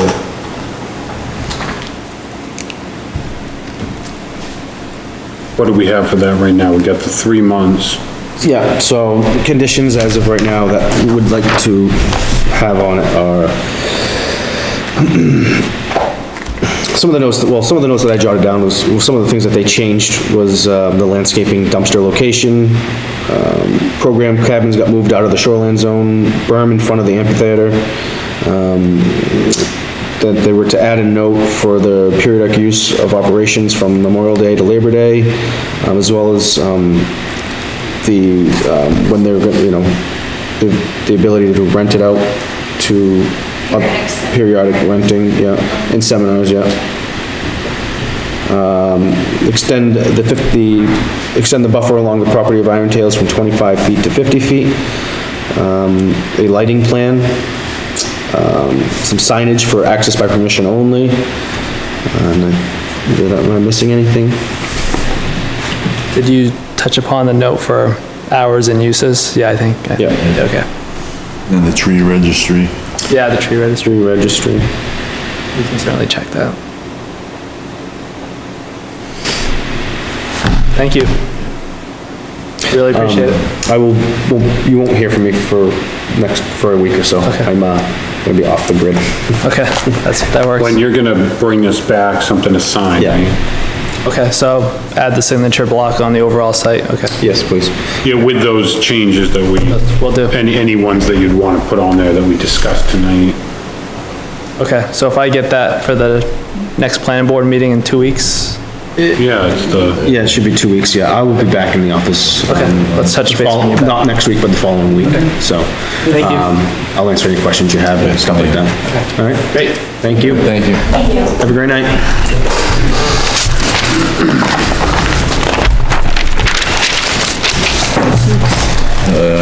Next up, Michael and Tammy Murray, 168 Granbury Road, map 110, lot 015. Application for greatest practical extent. Tammy Murray, 168 Grandview Drive. Following up on that application that was submitted, I know there was additional information requested to be added to the survey, which was the addition of the proposed septic and the proposed well locations. Those were addressed this evening at the site walk. It's folded. Yeah. How was the site walk? The weather was gorgeous. So, yeah. As I said, you couldn't have picked a better day. Uneventful. You didn't notice anything, that you wanna share with the rest of the board? No, the only thing we picked up on was, where was that deck? Give me a second, I'm trying to find the, one that was sent to me earlier. Today. Around... The location for the septic is a huge improvement. Right. Yeah. It's going to be 39 and 42 or 47 feet from the water as opposed to around 26. There's a deck that's jetting out, so. Oh, that's what you're talking about? Yeah. The stairs in the front. Right. So this is the revised one that shows when her architect was in here previously, the board had asked, or there was some concerns where the existing septic was and where the new proposed one would be going, so, let's get this a little bigger for everybody. So the existing one is, right in front of the camp. You have a septic tank right here. Well was right here. I didn't say possible. Oh, that was my question years ago, but... And then I believe she stated at the site walk that, the chambers, or whatever it is right along the side of the building right now. On the side. I think it's As well, five, and some of it's actually under the camp. Yeah, the fifth one's under. Yeah. So the new one, the new proposed one is being moved, up into a different parking area, and it's, actually, above grade to the existing structure that's there right now, Yeah. by about 1.5 feet, I believe. Anyway, yeah. Yeah, so, I think it's more than that. but it is moving it away from the water supply. Yeah.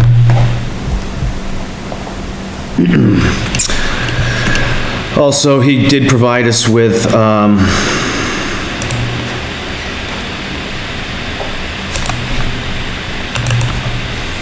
an updated calculation sheet.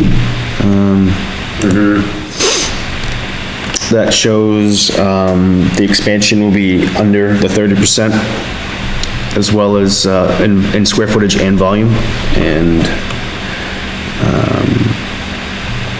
They had to adjust the volume, correct? yeah, because it was greater before, so I think they dropped the roof pitch a little bit to accommodate to the volume calculation. Yeah. In here, let me find it, he does have some notes for impervious surfaces. Yeah. They are shrinking it from 31.2% to 27.8%.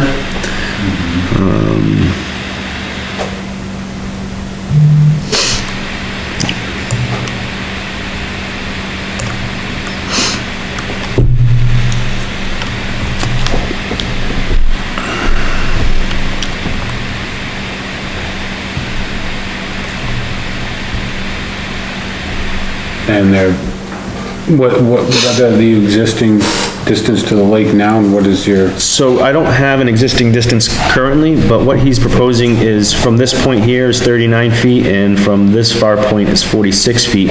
My only concern when you're asking on is these proposed deck and steps. He doesn't have a number on that, so that when you go to make your number, your findings, I don't have anything to reference that. But they're further away from the water than, Correct. I mean, from the house is pushed back so far. And there's a patio you're gonna leave? That patio's gonna come up. It was existing when we purchased it, so all of that has to be built up anyway in order to. She's also gonna be working, pretty much, it sounds like they need to, a stormwater plan, because they have an issue of stormwater going onto their property, from neighboring, hillsides. We're at the lowest point at two locations, and all the water just comes right to our property. Yeah. However, they are putting in, some kind of a foundation underneath, and they will have to backfill that, so that should help. It's on piers right now, or?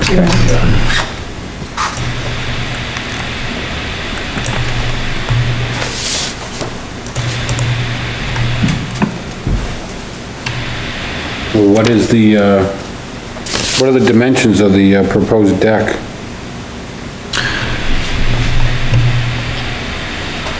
He doesn't have it, it's just proposed right now.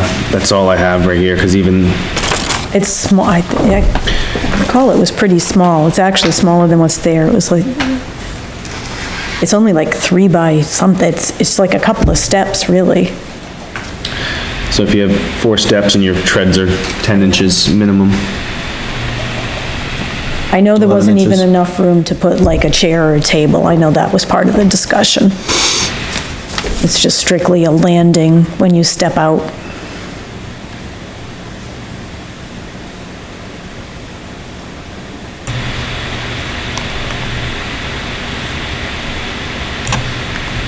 So if it's 30, what did you say, 39 to? 39 at the closest point from, So we should determine the size of the stairs and deck, basically.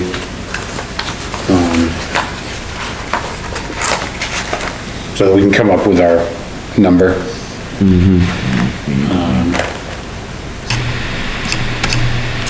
Roughly, it looked like it wasn't gonna be much more than 8 feet. no, I would say the deck,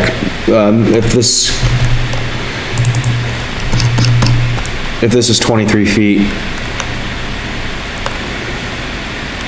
and you're looking at a, maximum of 8, 8 foot would even be oversizing it.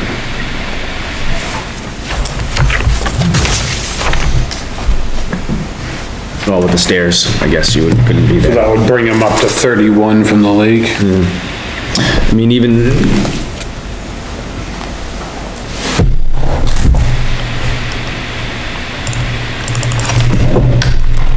The lot's only .17, it's very. Right, no, we have to come up with that number. At least that's, I'd like to keep it consistent that way.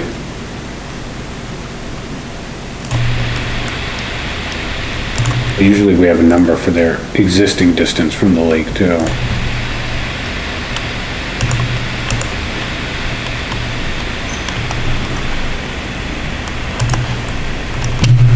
So this is the boat launch that was there with a wooden dock on top of it.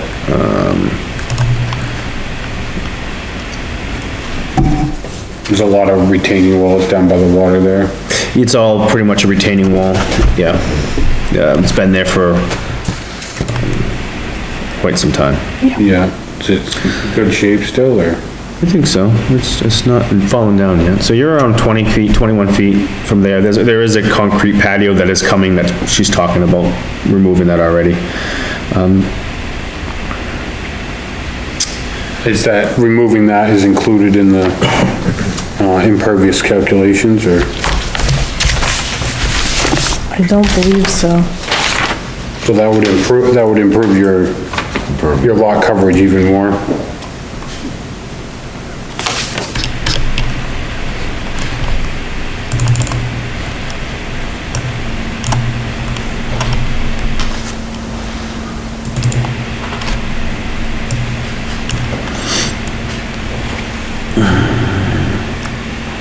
Oh, here we go, accessory structure, decks and steps, 32 square feet, pre-construction, 100 square feet. He does show one retaining walls and patio. It's going from 541 to 443. So we did take it out. So they're taking a 10 by 10 area off of that, roughly? This says slate patio to remain. You said it was going. It's gotta go. It has to go. Okay. So that's It doesn't even work aesthetically. So that would bring their pervious surfaces down even more. Yeah, that's what I was asking, yeah.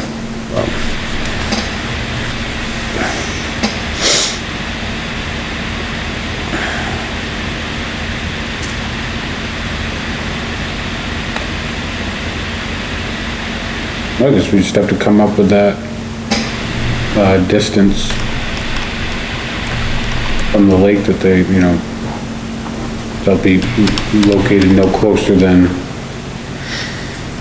X distance from the water. I'm noticing where they're measuring on this side. I mean, Right, there's measurements on both sides. Well, yeah, There's like but- 2 inlets. but also that little, there's a deck over it with the boat launch. When Jason measured, he measured from the boat launch, and on this it's measured from the corner of the lot to the water. But the closest point is the boat launch. Yeah. They did measure from the closest point on this corner. Yeah, but not this corner. Right. When Jason measured, he said, well, it looks like you're 20 feet now. Yeah. What was that?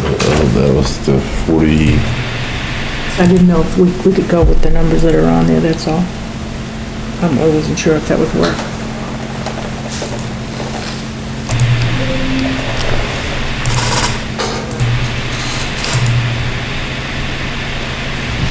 Well, what's a good number for you? If this proposed is 39 to the building, you've got the deck and the stairs. Does the 8 feet cover you on that? Yeah, I mean, yeah. I mean, regardless, it's further away from the lake, so, size-wise, yeah, I think the way, whatever it was about the 8 feet probably does work. So, no closer than 31 feet from the high water line?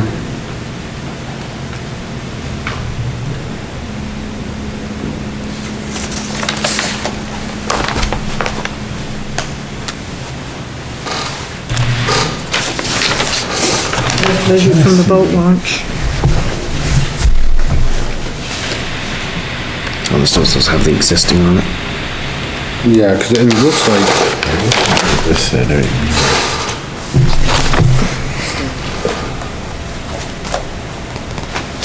No, The only thing you can do is take a picture of it, yeah. blow it up.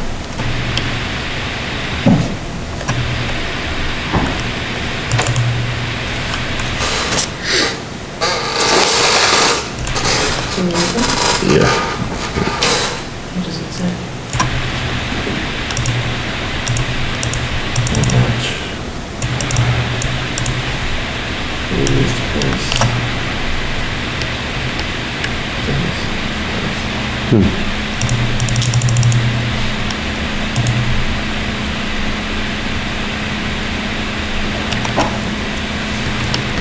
Well, I won't do it today. This program allows me to do measurements, but it would take me a little while to figure it out. It's been a while since I used it.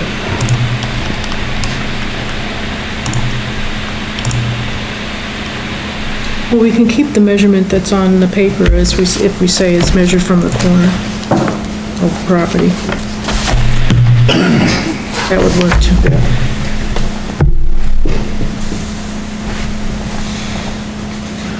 I would say if you gave her 8 feet, that would suffice.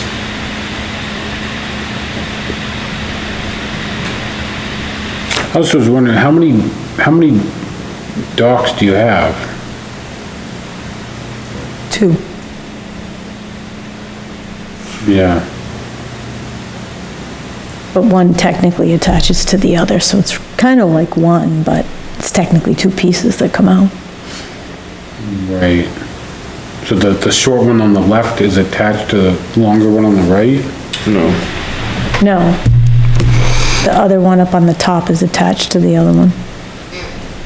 That other one is a small one. I'm counting that as 2. I think you're only supposed to have 1 dock per residence. Just to... Yeah. That is true. Yeah. I didn't find. Just putting that out there. I didn't find anything relative to that when I looked at the ordinance. Really? So, Good thing I don't deal with dogs. and that can be attached to the other piece, so then it would be one dock, right? And that just happened recently. Yeah, no, it's, I think it's, DEP too. Right. It just did happen somewhere. Something new? Yeah, I don't know, I'm not familiar with it. I'm gonna just block my ears because I got the 2 chapters, so. I'll be out of the water tomorrow anyway, what's the difference?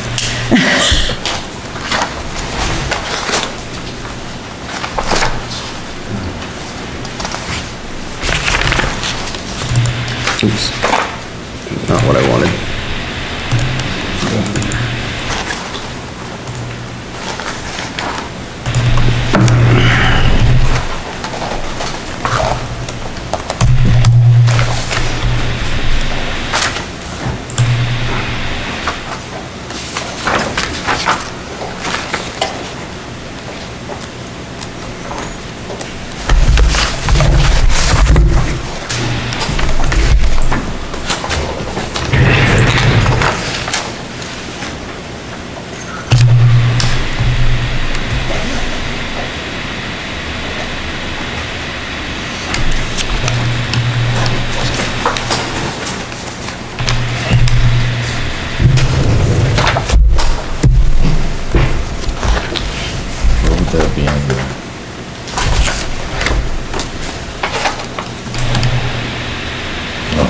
Here's docks and other shoreline construction. Yeah. Page 70.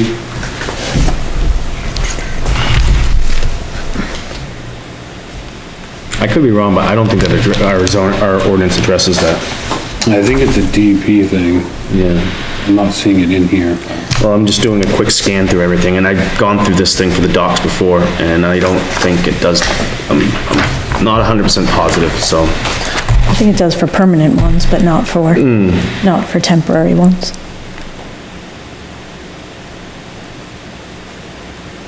Just says it shall not be wider than 6 feet for non-commercial use.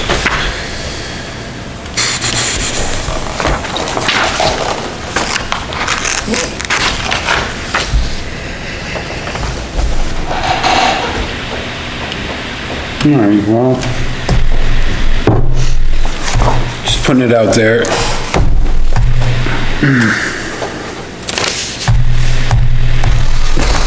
Yeah, I didn't think it did, but.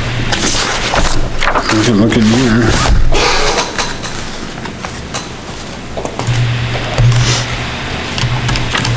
You know, when it was brought up, it was when, With the, so you want to make the conditions on the structure with the addition of the proposed deck and stairs? Yeah. Well, I mean, it's kind of weird that it's not, doesn't have a, yeah, Well, he has, units to it, but. yeah, it's just proposed, it seems what it's coming up as, but there's also, in the plans, it looks almost like a sliding door. Well, I think that's the problem, we're still trying to identify if that's a door or a window. Right. I don't want them necessarily to go towards the water, I'd rather they actually go to the side, come down. You wanna go off the side? I want, not the side, I want them, Well, we yes, talked see about the it in stairs? past. You want them to come this I'd way? rather they go that way with Dennis, them. when we were going through all that dock stuff. It's in, I'm just pointing out in the chapter 1000. Oh, okay. Page 20 is the very first thing under piers, docks, wharfs, bridges, and other structures. This is no more than one pier, dock, wharf, or similar structure extending or located below the normal high water line of a water body or within a wetland is allowed on a single lot. Except when the lot contains at least twice the minimum shore frontage as specified in blah, blah, blah. What's the minimum shore frontage? 250. Depends on the zone, but are they in critical or just regular rural? That's shore frontage or road frontage? Shore frontage or road frontage? Shore frontage. For a dock. Except when the single lot contains at least twice the minimum shore frontage as specified in section 15A. So it'd be, I mean, it depends, are you in rural or critical rural? That's rural. So it'd be 250, so to have two docks, you need 500 feet of shore frontage. I'm just putting it out there. But, looks good, I don't know what else we're gonna. Looks like we spent quite a bit of time, it's been a little while since you started the process, so. I didn't go on the sidewalk, so I'd be more comfortable if one of you all made the motion, but, Do we have to go through a checklist or anything? didn't we get a new, Jason, didn't you hand out like a? Practical location checklist? Yeah, I don't think we've even actually used his new checklist before. No. no, Oh, yes. is that the new one? Yeah, I'll keep this one then, I forgot mine downstairs, so.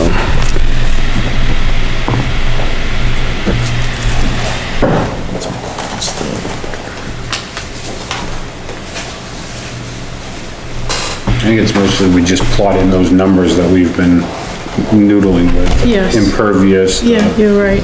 Yeah. Yeah, roadside setback, other structures, same lot or adjacent property finding, existing septic system finding, historical structure, slope grade, potential soil erosion, well finding, ledge finding, and amount of vegetation. I think we've addressed all of those Yeah, in the discussion, so. all right. So, where's the agenda? The lot number and, okay. So I make a motion that we accept, so you do have two. You took, I know, I found that one. I didn't lose it. I know. Okay, I make a motion that we, which one is it here? Michael and Tammy Murray. Accept the application for greatest practical extent for Michael and Tammy Murray at 168 Grandview Road, map 110, lot 15. With conditions,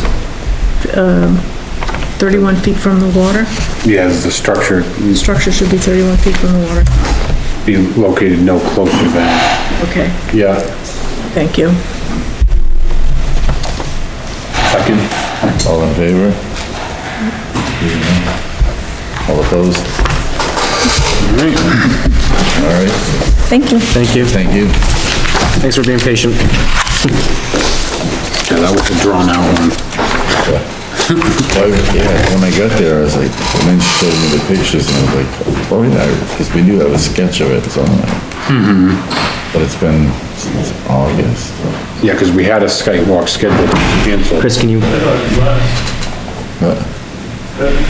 Yeah, You are last. you are lost. No, he's here He's a visitor tonight. he's here to watch you. Yes. All right, Next up is David Pepin Mineral Extraction H Road, 220-007 and Westshore Drive, 221-003, application for mineral extraction. Kyle Jacobson, St. Germain again. Good to see you guys. I think it'd be great, since Matt's not here, we just get it approved and surprise him. No, he gets back. Good luck. I'd be real surprised. He told me you guys wanted to talk about stuff. Site walks and discussions that came up during the site walks and, other things that you'd like addressed. Should say, I guess you guys are getting switched over. So we wanted to go over the operations manual, but we also talked about not doing that as much until, Matt was present to really hit that one, but, I am authorized to talk about that, so. which I do have that letters downstairs, guys, I have it rushing around at the last minute. Oh, I think I got it. Yeah, I've handed it out. Oh, okay, thank you. I'm all set with that. Yeah, right here. Yeah, no, I gave it to Chris to pass I've on. never seen it, so I don't know about that. We just heard about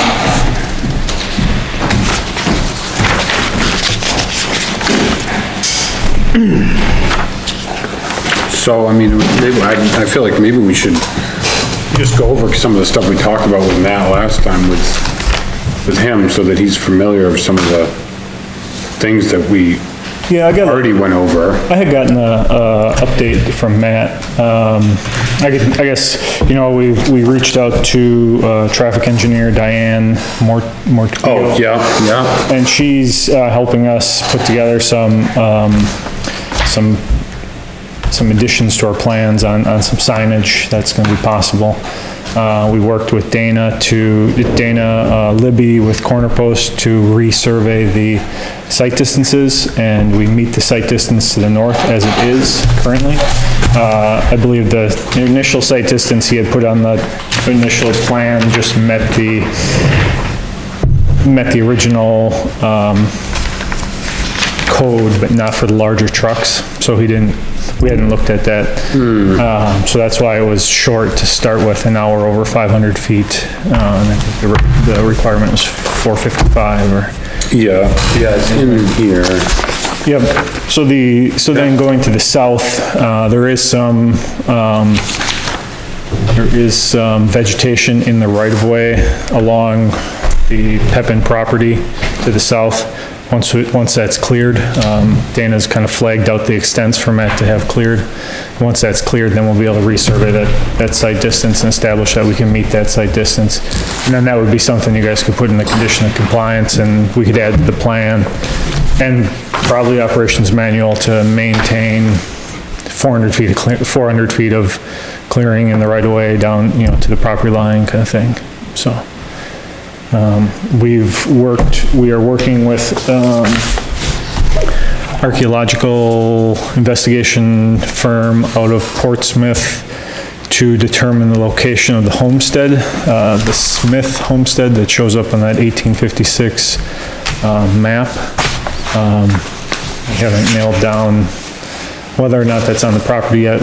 We are in talks with them they've given us a proposal for the work, and we're just waiting to say, go ahead. So that will be addressed. How about just while we're on that real quick, there was talk about this prehistoric archaeological survey for portions of the project area below 640-foot contour line. Is that something that you discussed at all, or? Yeah, that's something that I had misinterpreted the ordinance requirement for. The ordinance says basically look at things that have been identified in the comprehensive plan, and the comprehensive plan says very little. So then Matt talked with Jason and basically, or maybe with you guys, about specifically that one homestead, and not identifying the entire site, or not surveying the entire site as the Historic Preservation Society recommended. But that was you guys remember talking about that last time with Ben? Because Ben's the one who brought it up. And he made it out that it was for, like, just archaeological evidence of native peoples. Yeah, it's very broad, and it covers like 250 acres of the site. I don't know, maybe Jason can speak a little bit more to your conversation with Matt about the homestead and the archaeological. As far as I know, he was working on it. He had asked me if there was any town references on how to delineate it or to really research and find into it, because the cost of it from the state organization was pretty hefty. Do you want to get one of these maps up on the screen? 'Cause, Ben said, it was like, I don't know, everything below the 640-foot contour line. Yeah, that's what the state requested. The ordinance says that you need to identify things that were identified in the comprehensive plan. Yeah. So I had overstepped, I made a mistake, and I overstepped by asking the Maine Historic Preservation Commission for more information than we needed, I guess. Well, what I was kind of thinking was maybe areas below the 640-foot contour line that are gonna be excavated, be looked at, I don't know. Yeah, I tried. Not like doing the whole parcel, more like where you're gonna be operating. Yeah, so the way the Historic Preservation Commission works is when you work with an outside or my understanding of how it works is when you work with an outside archaeological entity, firm, they propose a scope of work and it has to get approved by the commission, and then it can get sent to you. So there's kind of like a three-way conversation between me, the archaeological folks, and then the state folks on, maybe just looking at the areas for extraction and the state was hesitant because if you can survey something, who says that it's not gonna, their stance is who says it's not gonna get, your boundaries aren't gonna change in the future. So they wanted to see everything surveyed at once. And we ended up getting it knocked down. I think it was, I forget the exact number, it was 275 or 250 acres, and we got knocked down 25, 30 acres. And then we changed just to the homestead, looking at just the homestead location. Or maybe, Ben can provide more information on that, I guess. My understanding was we had agreed, someone had agreed with Matt that it would just be the homestead. It's telephone, right? Well, that's where we're at right now, anyway. It was kind of new to me, so I'm curious about it as much as anything. Yeah, it was in the letter, in our attachment. Okay. Yeah. And how are we doing with DEP right now? Like in terms of, because I feel like we should see these permits, before we approve. DEP, because so you don't have to talk me through the how many permits you're gonna need, because we were kind of discussing that with Matt a little bit, and that you would, like this is a good example, the map here, that you're gonna need a permit to go into this vernal pool buffer, you're gonna need a separate permit for this one. How does that work with DEP? Yeah. Have you applied for those, or? We haven't applied for them. You don't have to, I don't think, apply for them until you intend to do the work, and then, well, but we can't, approve the delineated boundaries until we get, DEP's input. You see what I'm saying? I think it's a cart and a horse thing. Well, it says right in the ordinance, we were looking at this with Matt, what page was that? Right here, yeah, page 54. I'll pull it up for you, so you can.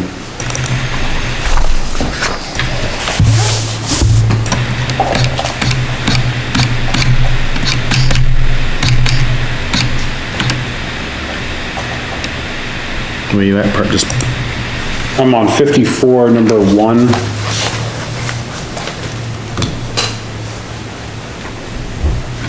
Application to the planning board for conditional use permit for excavation, screening, or storage of soil, including topsoil, peat, loam, sand, gravel, rock, and other mineral deposits shall be accompanied by a plan prepared accordingly to planning board specifications, performance standards there, and in compliance with applicable state laws, and accompanied by all required state permits or licenses.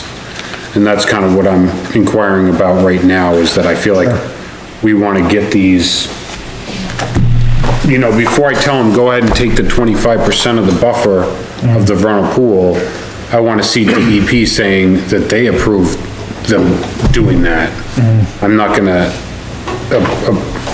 because DEP might see something we don't, or they might say, I'm not. Sure, no, that's understandable. So, and right now, we haven't applied for those permits. Sure, no, we haven't gotten into that, that stage yet. So for the 25%, you still have to apply for it? To excavate and extract within that vernal pool buffer? That's us, he doesn't care about that. I think it's similar to the, some of it is. to the camp one, where they were impacting some buffer area. There was a PBR. Not an ARPA. I don't believe so. I'll have to check on that, though. Right. Well, no, Chris was just pointing out right below that, you know, getting into the performance standards for the mineral extraction, just that no part of any extraction operation shall be permitted within the shoreline or resource protection districts, and that's something that we've been. Yeah, we're not inside any resource protection districts. Not within, but your access road is, but, yes, and that's something we talked about too. Yeah, last time with Matt, was the location of your roads and trying to get those things out of the resource protection district. Mostly by the entrance. Sure. There's, I guess the issue, yeah, I mean, we could look at that, yeah. If we could add the, yeah. And this one right here too, I had, number 1 right there. No part of any, I'll let you finish. No part of any extraction operation shall be permitted within 100 feet of any property or street line. And that's where, when is the property gonna be conveyed to the Three Rivers Land Trust? Keep running. That I don't, you know, that's. Because that's gonna establish a property line. I don't know if that is establishing a property line inside the lot. Well, are they conveying ownership or just an easement on their own parcel? The operations manual made it seem like they could, Pepins would be able to take that back at any time. So I don't think they're transmitting ownership. I guess they're donating an easement would be my guess to the property. Well, we could look at that, we could look at probably that explore that, because that's, in the operations manual if you want. yeah, that's, yeah. do we There's wanna- quite a bit of verbiage about the, about that parcel.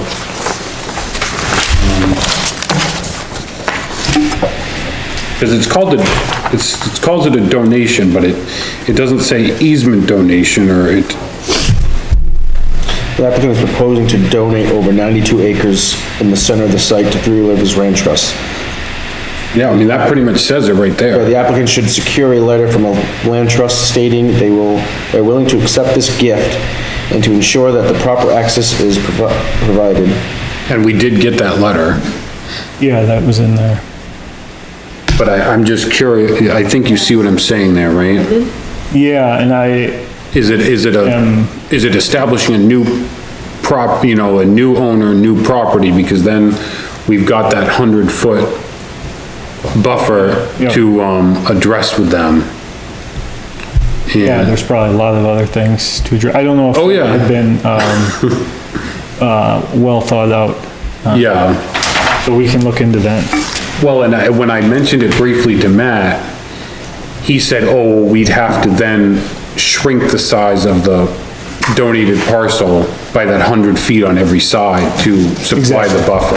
Exactly. And that's what he came up with. And that's why I was thinking But when does the actual transfer of ownership take place? Because, and I'm not sure it even matters when it takes place, if it's before or after our approval, because they're still gonna need that 100-foot buffer.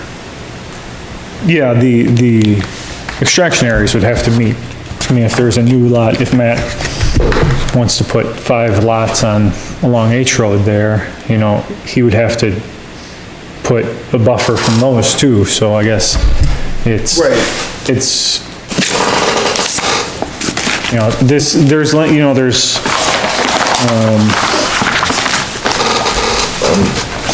you know, 1.8 makes it seem that, you know, I guess I'll confer with Matt on that. We can bring that up at the, Okay. since we're not approving. Well, that's the thing, it's like very, just, you know, these sort of things are, it's nice to have all the parties, here when we discuss nitty details like that. Yeah. Because it's hard for you and I to really say what they're, proposing here. Yeah, I think their intent was to be generous, and I think that you know, if there is I think, you know, the acreage will change if there's a buffer involved. Yeah, and I feel like that supplying a 100-foot buffer here would really be beneficial. You know, when you look at what they're dealing with, you know, I feel like that wouldn't, because a lot of it is inside those vernal pool buffers anyhow. So it's just something to. So would it bump it out? It really shrinks the extraction area, you know, so that's, you know, that's Well, something we can. extraction area number 1, this is number 1, right? Yes. Yes, I'm pretty sure it is. Yeah. Has a lot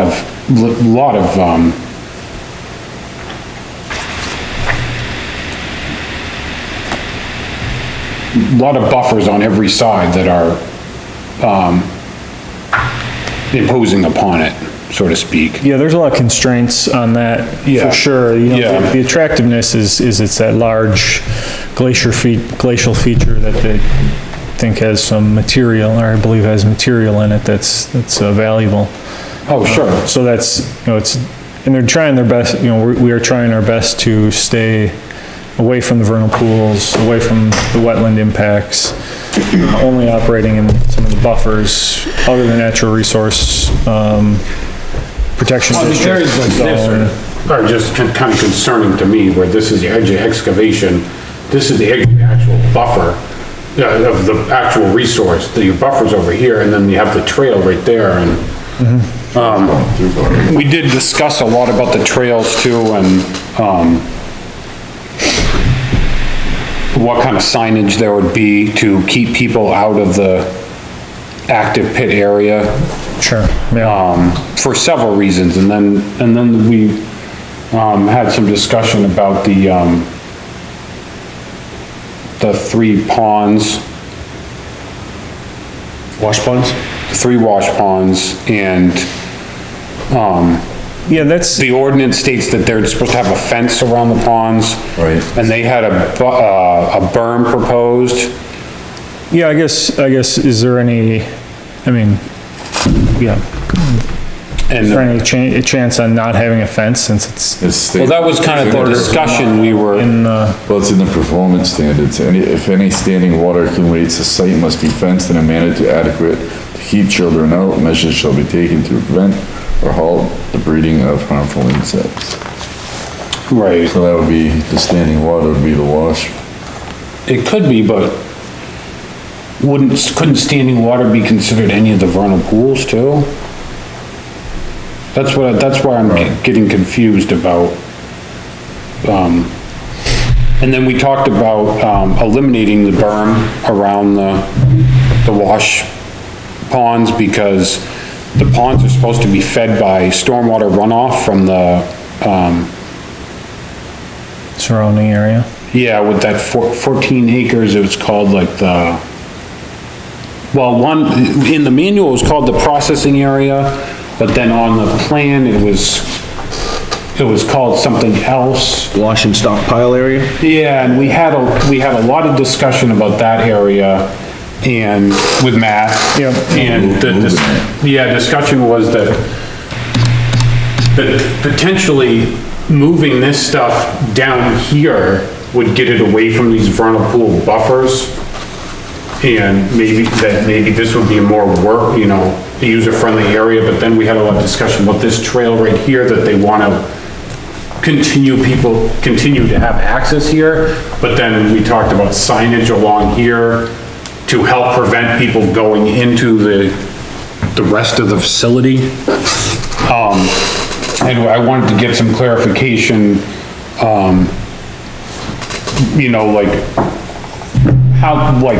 what is the treatment of that 14.6 acres overall? What are they gonna do with that first? Are they gonna level it. They're gonna grub that whole 14.6 acres? Make Okay. stockpiles of material in random And spots then around. getting a stormwater management plan for that area, because it's not an active extraction area, so they're not exempt from stormwater, but they were contesting they only needed stormwater for around the building in the front. But I wanted to get some sort of plan that at least showed the stormwater in that area going into the pond, the 3 ponds. And we'd have to get rid of their proposed berm in order to do that, because the berm kind of stops the stormwater from entering the ponds. And then we started talking about, whether or not they needed a well in there to fuel everything. And so we discussed how many wells they were gonna, I know they're gonna have a well at the, building. Yep. But do they need another well, for the wash area? Yeah, I mean, there's a good There's chance. quite a bit of discussion about that. Yeah. Need to get that on the plan. Where materials are gonna be stockpiled, we want, because I feel like there's enough room in that 14.6 acres to get all those, piles and equipment and everything, stockpiles, out of those 2 vernal pool buffers. I feel like there's enough room there to do that. Yeah, I'm not sure I feel the same way, because we are, they want as much acreage as possible. 14 was reduced from the original site plan. If you remember that, so kind of right where the wording is in that proposed tree line, that's a steep slope down to that, kind of a grade break, where things slope to the top of the page or slope down the hill to the vernal pool / wetland area. So that's kind of why that was there. I think, we'd probably make the case that that portion of the buffer would not be as important as the other portions of the buffer, when we do our permitting with the DEP, and therefore impacting, it would be less significant. But that's something that we'd have, that's a conversation with the DEP. The wash plant, so I don't know if I ever really explained this to you guys, but like, the square that's there for the wash plant area, the ponds that are there, it's generally where they're gonna be. There's not gonna be, it's a portable screens and sorting machines, conveyors. It's all very, portable inside those areas. So it's not like, I can't put like circles on the plan that say every pile is gonna be here and it's gonna be. No, but I thought that we could get them outside of those vernal pool buffers. And that we could, limit grubbing within those buffers as well, because it just seems unnecessary when on the lower left, you have all that space in the proposed, what the manual refers to as the processing area. That all those features could be readily located outside of those vernal pool buffers there. And then we did discuss the ponds themselves and whether or not they were gonna be, what kind of liner was gonna be in them, and, because we were trying to figure out the elevation of the ponds, relative to the groundwater, because we're concerned about, silt infiltration into the groundwater there. And he said they were just gonna line them with clay, but we discussed a fabric, but Yeah, either clay or a fabric would help, or, PVC cloth like they use in other stormwater ponds would be an obvious choice. It's maybe a little more expensive. I guess, we'd keep some separation. Stormwater basins are typically a couple feet above, seasonal high groundwater. I think there was some talk at one point of using those, maybe intercepting the groundwater there and filling the ponds that way. Right, well, I don't think that's what we wanna do. I don't think that's. Why? Well, they had problems with that in Sanford, where the ponds were in the groundwater. Yeah. And there's just, they're supposed to be, I feel like they're supposed to be Separation. the 5 feet above the groundwater. Yeah. In the extraction areas, they're supposed to be the 5 feet. Yeah. And why they would be allowed to do that in the processing area. I feel like we need more oversight in the processing area, from all the parties. Sure. So we discussed that a fair amount, and,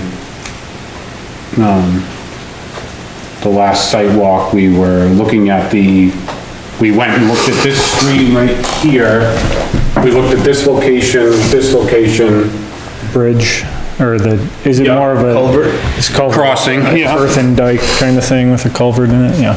And we discussed right now, you've got a 75-foot buffer proposed, but, Department of Inland Fisheries and Wildlife, requested a 100-foot buffer.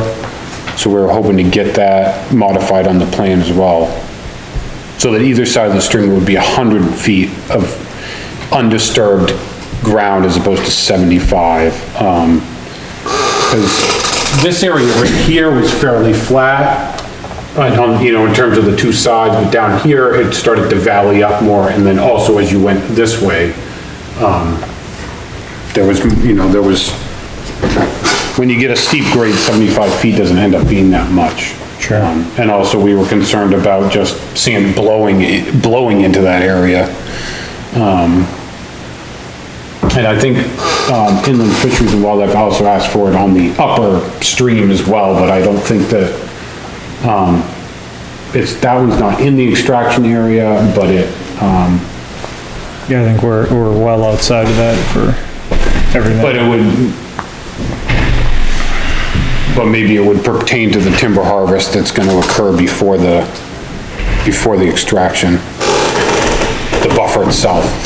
I don't know, we have to scroll up to look at that detail, I think. Oh, yeah, I guess, yeah.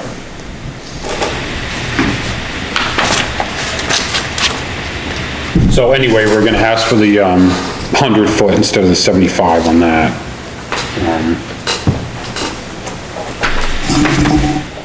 And then down here, this you can see on the map, that this road here and this road here are both within the Resource Protection District. So the existing roads, right, one's right within the district and one's within the buffer. Right, one actually goes right on the edge of the resource, one's in the buffer. Yep. But, this one here, we discussed trying to move it outside of the buffer right here, because it could just kind of go closer to the building in this vicinity. Like, it wouldn't need to go in here, and then maybe just run right along the edge of the RP district right there. Just because there doesn't seem to be a way to get the other one out of the RP district as readily. The upper one, which is darker in this picture, seems like we could get that one out of there. And have them revegetate the area that's in that buffer, 100-foot buffer. Which is what the ordinance asks us to do.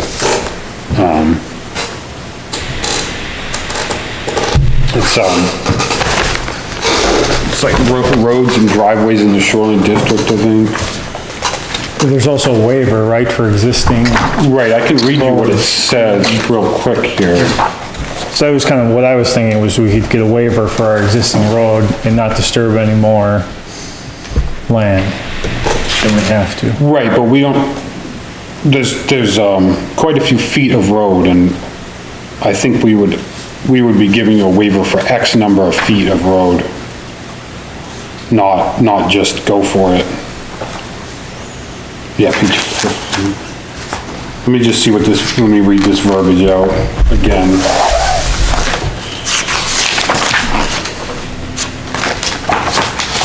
Yeah.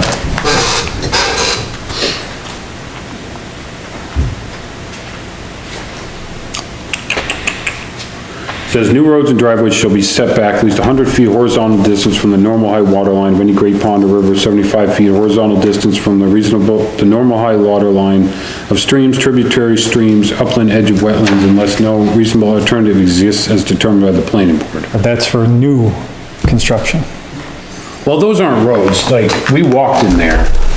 That's like a ATV trail. That's a logging road. It's not a road. A road is like, we use it with a car, you know? These are... Logging, skid trails, or... Yeah. They're trails, yeah. And it says, if no reasonable alternative exists, the road or driveway setback shall be no less than 50 feet horizontal distance. Upon clear showing the applicant, the appropriate techniques will be used to prevent sedimentation.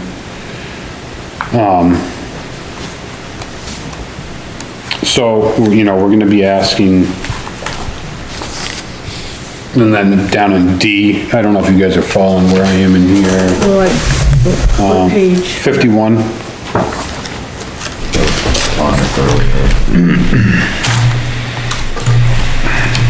This is D.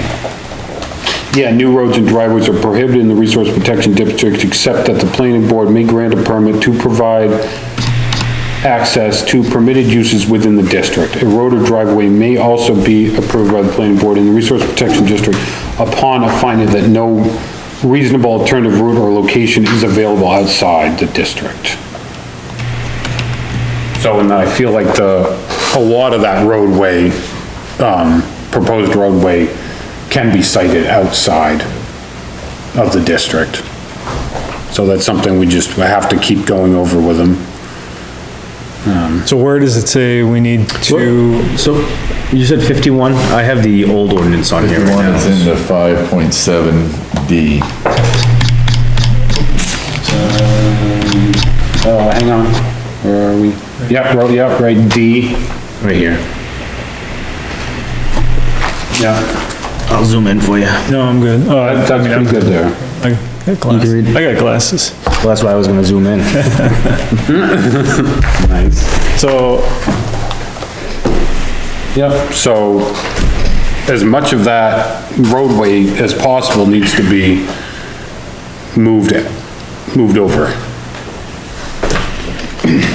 okay, where does it say we need to rehab the existing trails?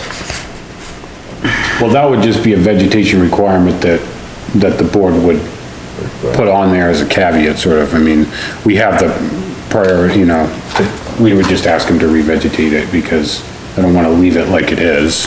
You'd have them, you know, they're gonna have to do something to stop ATVs from using it. You know, it needs to be closed off.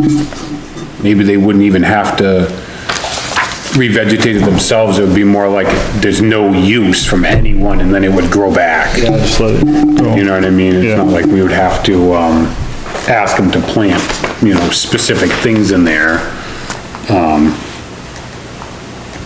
I mean, I think it'd be nice to, when they grub out the new road location, take some of the loam, throw that down there where the other one was, I think would be nice, but Yeah.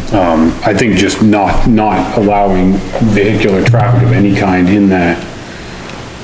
So that's something we've been going over with them. I'm trying to think of all the things that we went over with Matt last time, just, it was a lot. Right. Yeah, I've got an email with a lot of the stuff on it.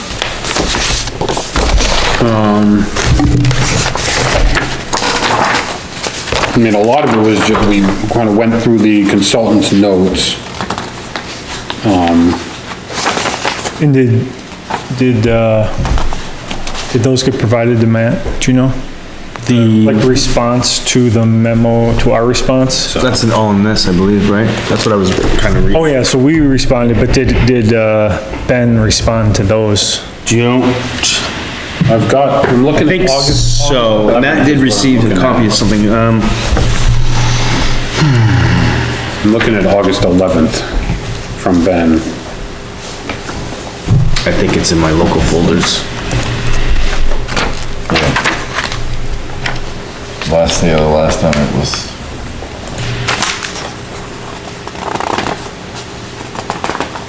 And, I mean, that was where most of the discussion, came from. I think Matt took notes and was gonna. That's it.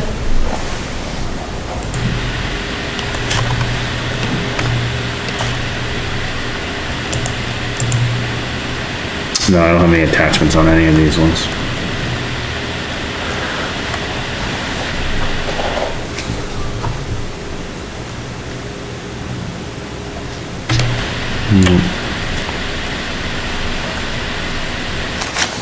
No, they're in my folder, the local email folder that's only on my computer. It's not in this thing. Let me check here, actually.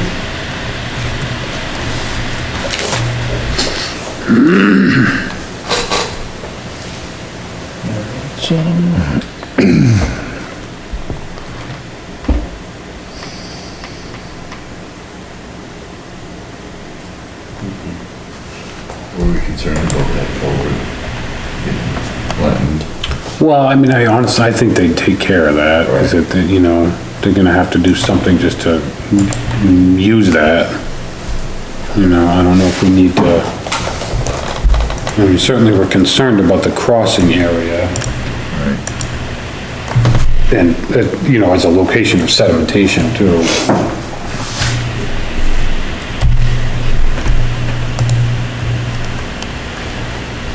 It's definitely a feeder stream in the spring, I would say, too square. Oh yeah, it is year round, I think, it's just, it goes underground. So I have this, it's a lengthy memo. Yeah, that's it, August 11th. It just, Didn't make sense. Yeah. it was hogged out to a hole.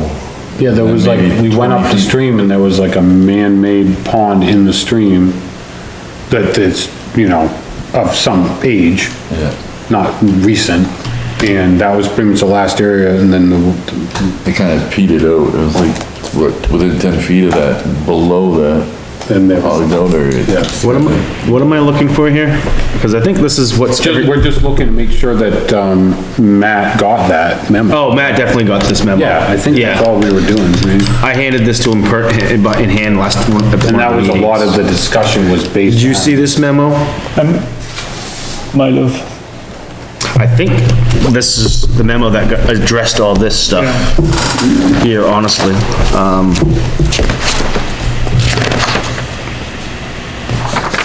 Yeah, because the first one was conditional use on spawning grounds. So this, Gavin, this 3-ring binder. Yeah.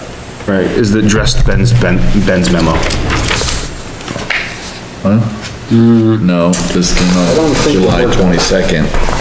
Ben's memo. came out Oh, okay, I'm August sorry. 11th. Yeah, no, Ben responded to Ben this had one. a couple memos. Oh, okay. And this is the second one, yeah. Yeah. Do you want me to email it to you just in case? No, I think I probably have it in here. I am looking at, he sent me a follow-up that I flagged and. He sent you one today? No, like, I think once we went through it with the memo with Ben, he was gonna refer to you or hand the questions to you. yeah. Doesn't look like he did, maybe. Or maybe we just didn't touch base on it. Right. Well, it's a whole you know, it's a discussion where the board and Matt discuss this stuff, I mean, and then you kind of implement it for him onto the onto the plan in a way. Yeah, Some of the stuff, I mean, you can't answer all the questions, you know? Yeah. Which is understandable. Yeah, I think, so were there specific things that you wanted to talk about in the operations manual? Yeah, if you wanna go through it, we can, but I honestly, I feel like we will go through it again with Matt, just kinda like we rehashed Do everything. you have notes, Yeah, or like internal notes that you can share on things that could be changed that are like, yeah, I mean, we just walk through it if you want. I've got probably, you could just share it with me and Matt, and then we could address it next time, like what steps we're taking to address your, So you want me to put together a memo for you? yeah, From the specifically planning on the operations manual. I know it's a different kind of document, so. right, well, we can't really discuss it unless you're here to come up with that memo. What are you guys, I mean, Because my notes in here, I mean, I'm not gonna just, oh, that's not like something that has been talked about. No. This is we just. can't talk about anything unless someone's here. Right, you have to have a quorum and then an applicant has to be here, so we The can't, applicant's they gotta can't. be here. I can have, if somebody, I can put together a memo, but that would take them coming into my office on their time off and putting. Well, we would have to have Right. Matt or some representative from Pepin Well, I guess- sitting with us. Well, like Ben Smith put together a review of the application and documents to date for that memorandum, and the one before that. Is there something that he could do like that for the operations manual? Well, we could have Ben Smith do it, but he's not gonna have the same notes as me. Well, he's just looking at the ordinance, right? So, like, we have to Right, read the but he- ordinance. I mean, if you don't wanna walk through it tonight, that's absolutely fine, we'll just wait till Yeah, no, Matt's here. I'm good, I'll walk through it tonight, I'm at the longest drive, so we'll go through it, I'm ready to go through it tonight. I don't know if the board's ready to go through, what time is it? It's almost 9, I've gotta go. Pat wants to leave, and that's gonna end the meeting.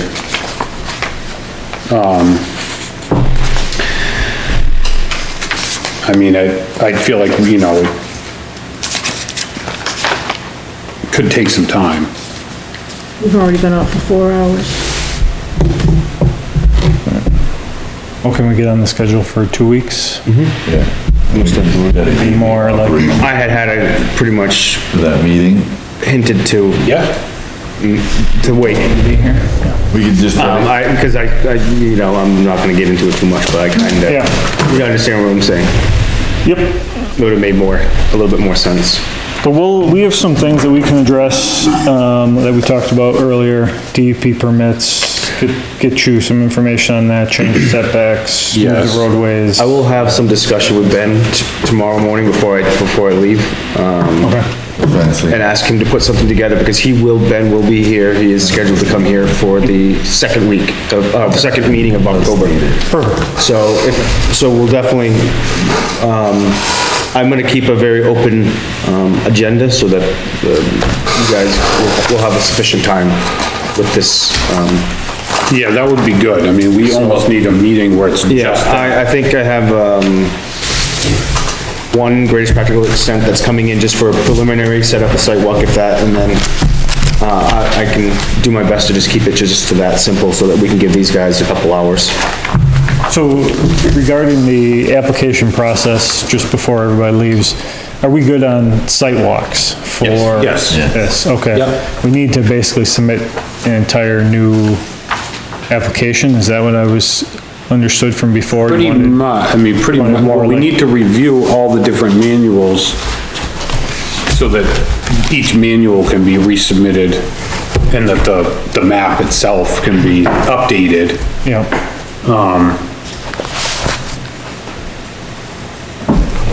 Pretty much, and that, I mean, but we can't, Is that we can't easier? get there until we have these discussions. Yeah.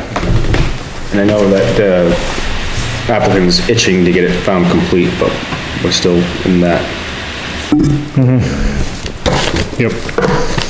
Well, I mean, it can't be found complete until we get some of the concrete things like the DEP permit approvals. You know, there's some, you know, actual concrete things that we can't even, that aren't even in our purview that need to be done too. So there's no conditions of approval pending DEP approval? You need to see the DEP approvals before you will approve? Well, I don't wanna approve something on the map that then comes around and DEP. Well, that's, yeah, I guess. You know, I don't wanna be. Additionally approve it and. I don't wanna get ahead of DEP. Yeah.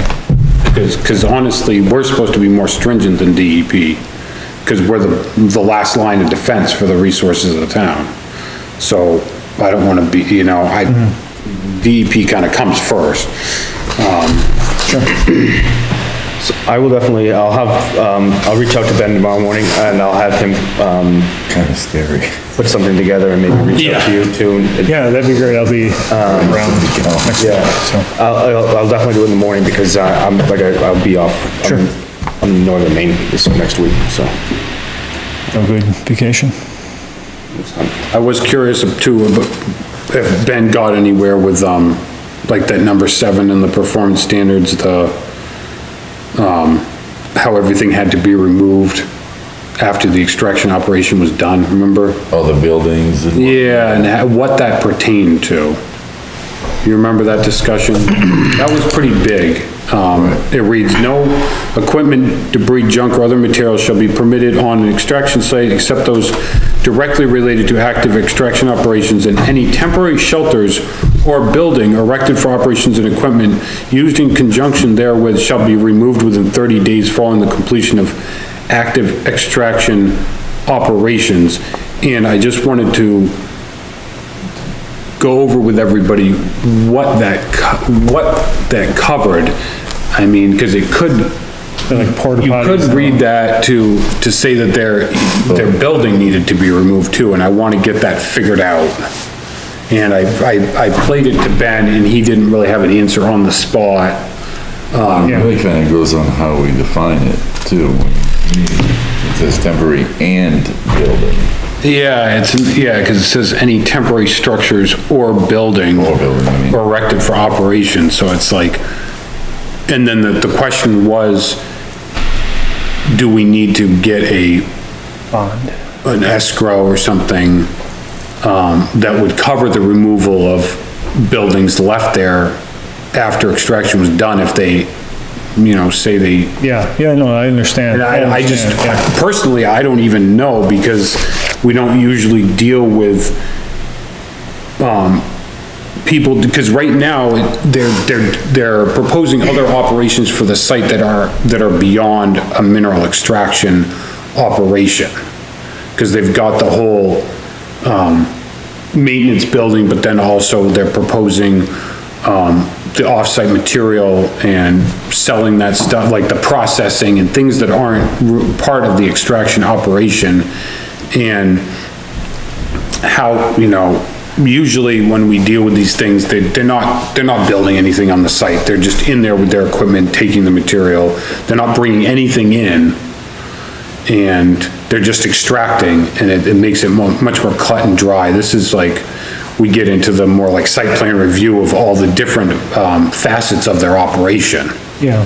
And that really takes some noodling out. I thought you know, on our end, we were trying to push for a conditional use for the building because the building was conditional to the site, right? He wouldn't put up a building unless he was having a gravel extraction pit. And the gravel extraction pit is a conditional use itself, so it'd be a conditional use to conditional use for the building. So is that how the approval for the building was looked at? I'm not sure, because it's all, you're proposing it all in one package. It's not like you have an existing conditional use and then we're not adding a condition. But if we came to you and said, no, we're not gonna put a building there, and then 2 years later, we said, hey, we're gonna put a building here, you would say, how come you didn't tell us that in the beginning? No, true, I'm not objecting to the building. Yeah. I just wanted to know how to play this part of the verb, you know. Sure. Good. Okay, thank you for the time. All right. We'll see you guys in 2 weeks. All right, thank you. Thanks. New business, nothing, pending projects, nothing. Yeah, what's our agenda for next time look like? Right now I'll have let's see, so what I was just describing a second ago, it would be, a preliminary meeting with the greatest practical extent, and then the Pethins. Yeah, so that's it. That's it, right now, that's it, and I'm gonna, We'll have Camp Kidda come in. Camp Kidda come in for their signing of. Signing final and approval. reviewing, yeah. Yeah, Okay. and then, yeah, that's it right now. Okay, well, that sounds good. 'Cause I think I'll leave it, because I think there's gonna be a lot of time spent, with Matt and Kyle, Yeah, absolutely. so. And because it's really, it ends up, you know, it's like, we could ask Ben to make this memo of the. Right, and then Ben will be here next meeting too, so to utilize his engineers as well as Ben, we should really block out a good amount of time to get, because forward progress, I guess, we need to get some. Yeah, well, I mean, we need to start really digging into this and talking to him about the project. Yeah. Conditions. Yeah. Well, the conditions, but we're still waiting for a complete application. Yeah. And things are changing so much. Yeah, well, I mean, there's a lot of changes that need, a lot of small changes that need to be made to make the thing, viable, as far as I can tell. You know, just figuring out all the buffers, the exact dimensions of everything, where the roads are gonna be, you know, like the processing area, that's a huge, huge question in my mind. They've kind of got a couple different, and we probably should stop talking about it now, but. Yeah. All right, so there'll be, we'll have some good time for that next time. And I feel bad that he had to come in to, but I think it was. I tried to. You did try. I tried to get it deflected till the next planning board meeting, but, that didn't happen, so. Yeah, and it's hard, because he's not really there to answer these sort of questions. Well, that's kind of what I had said, that it would be, might be best to wait until the applicant and the engineer was both present, but, Yeah. I think maybe the applicant was hoping that, I don't know, more would get accomplished, Oh, I'm sure. but, Yeah. anyway. All right. It's, yeah, it is what it is. All right, motion to adjourn? Second? All in favor? 3-0. That's it. Thank you.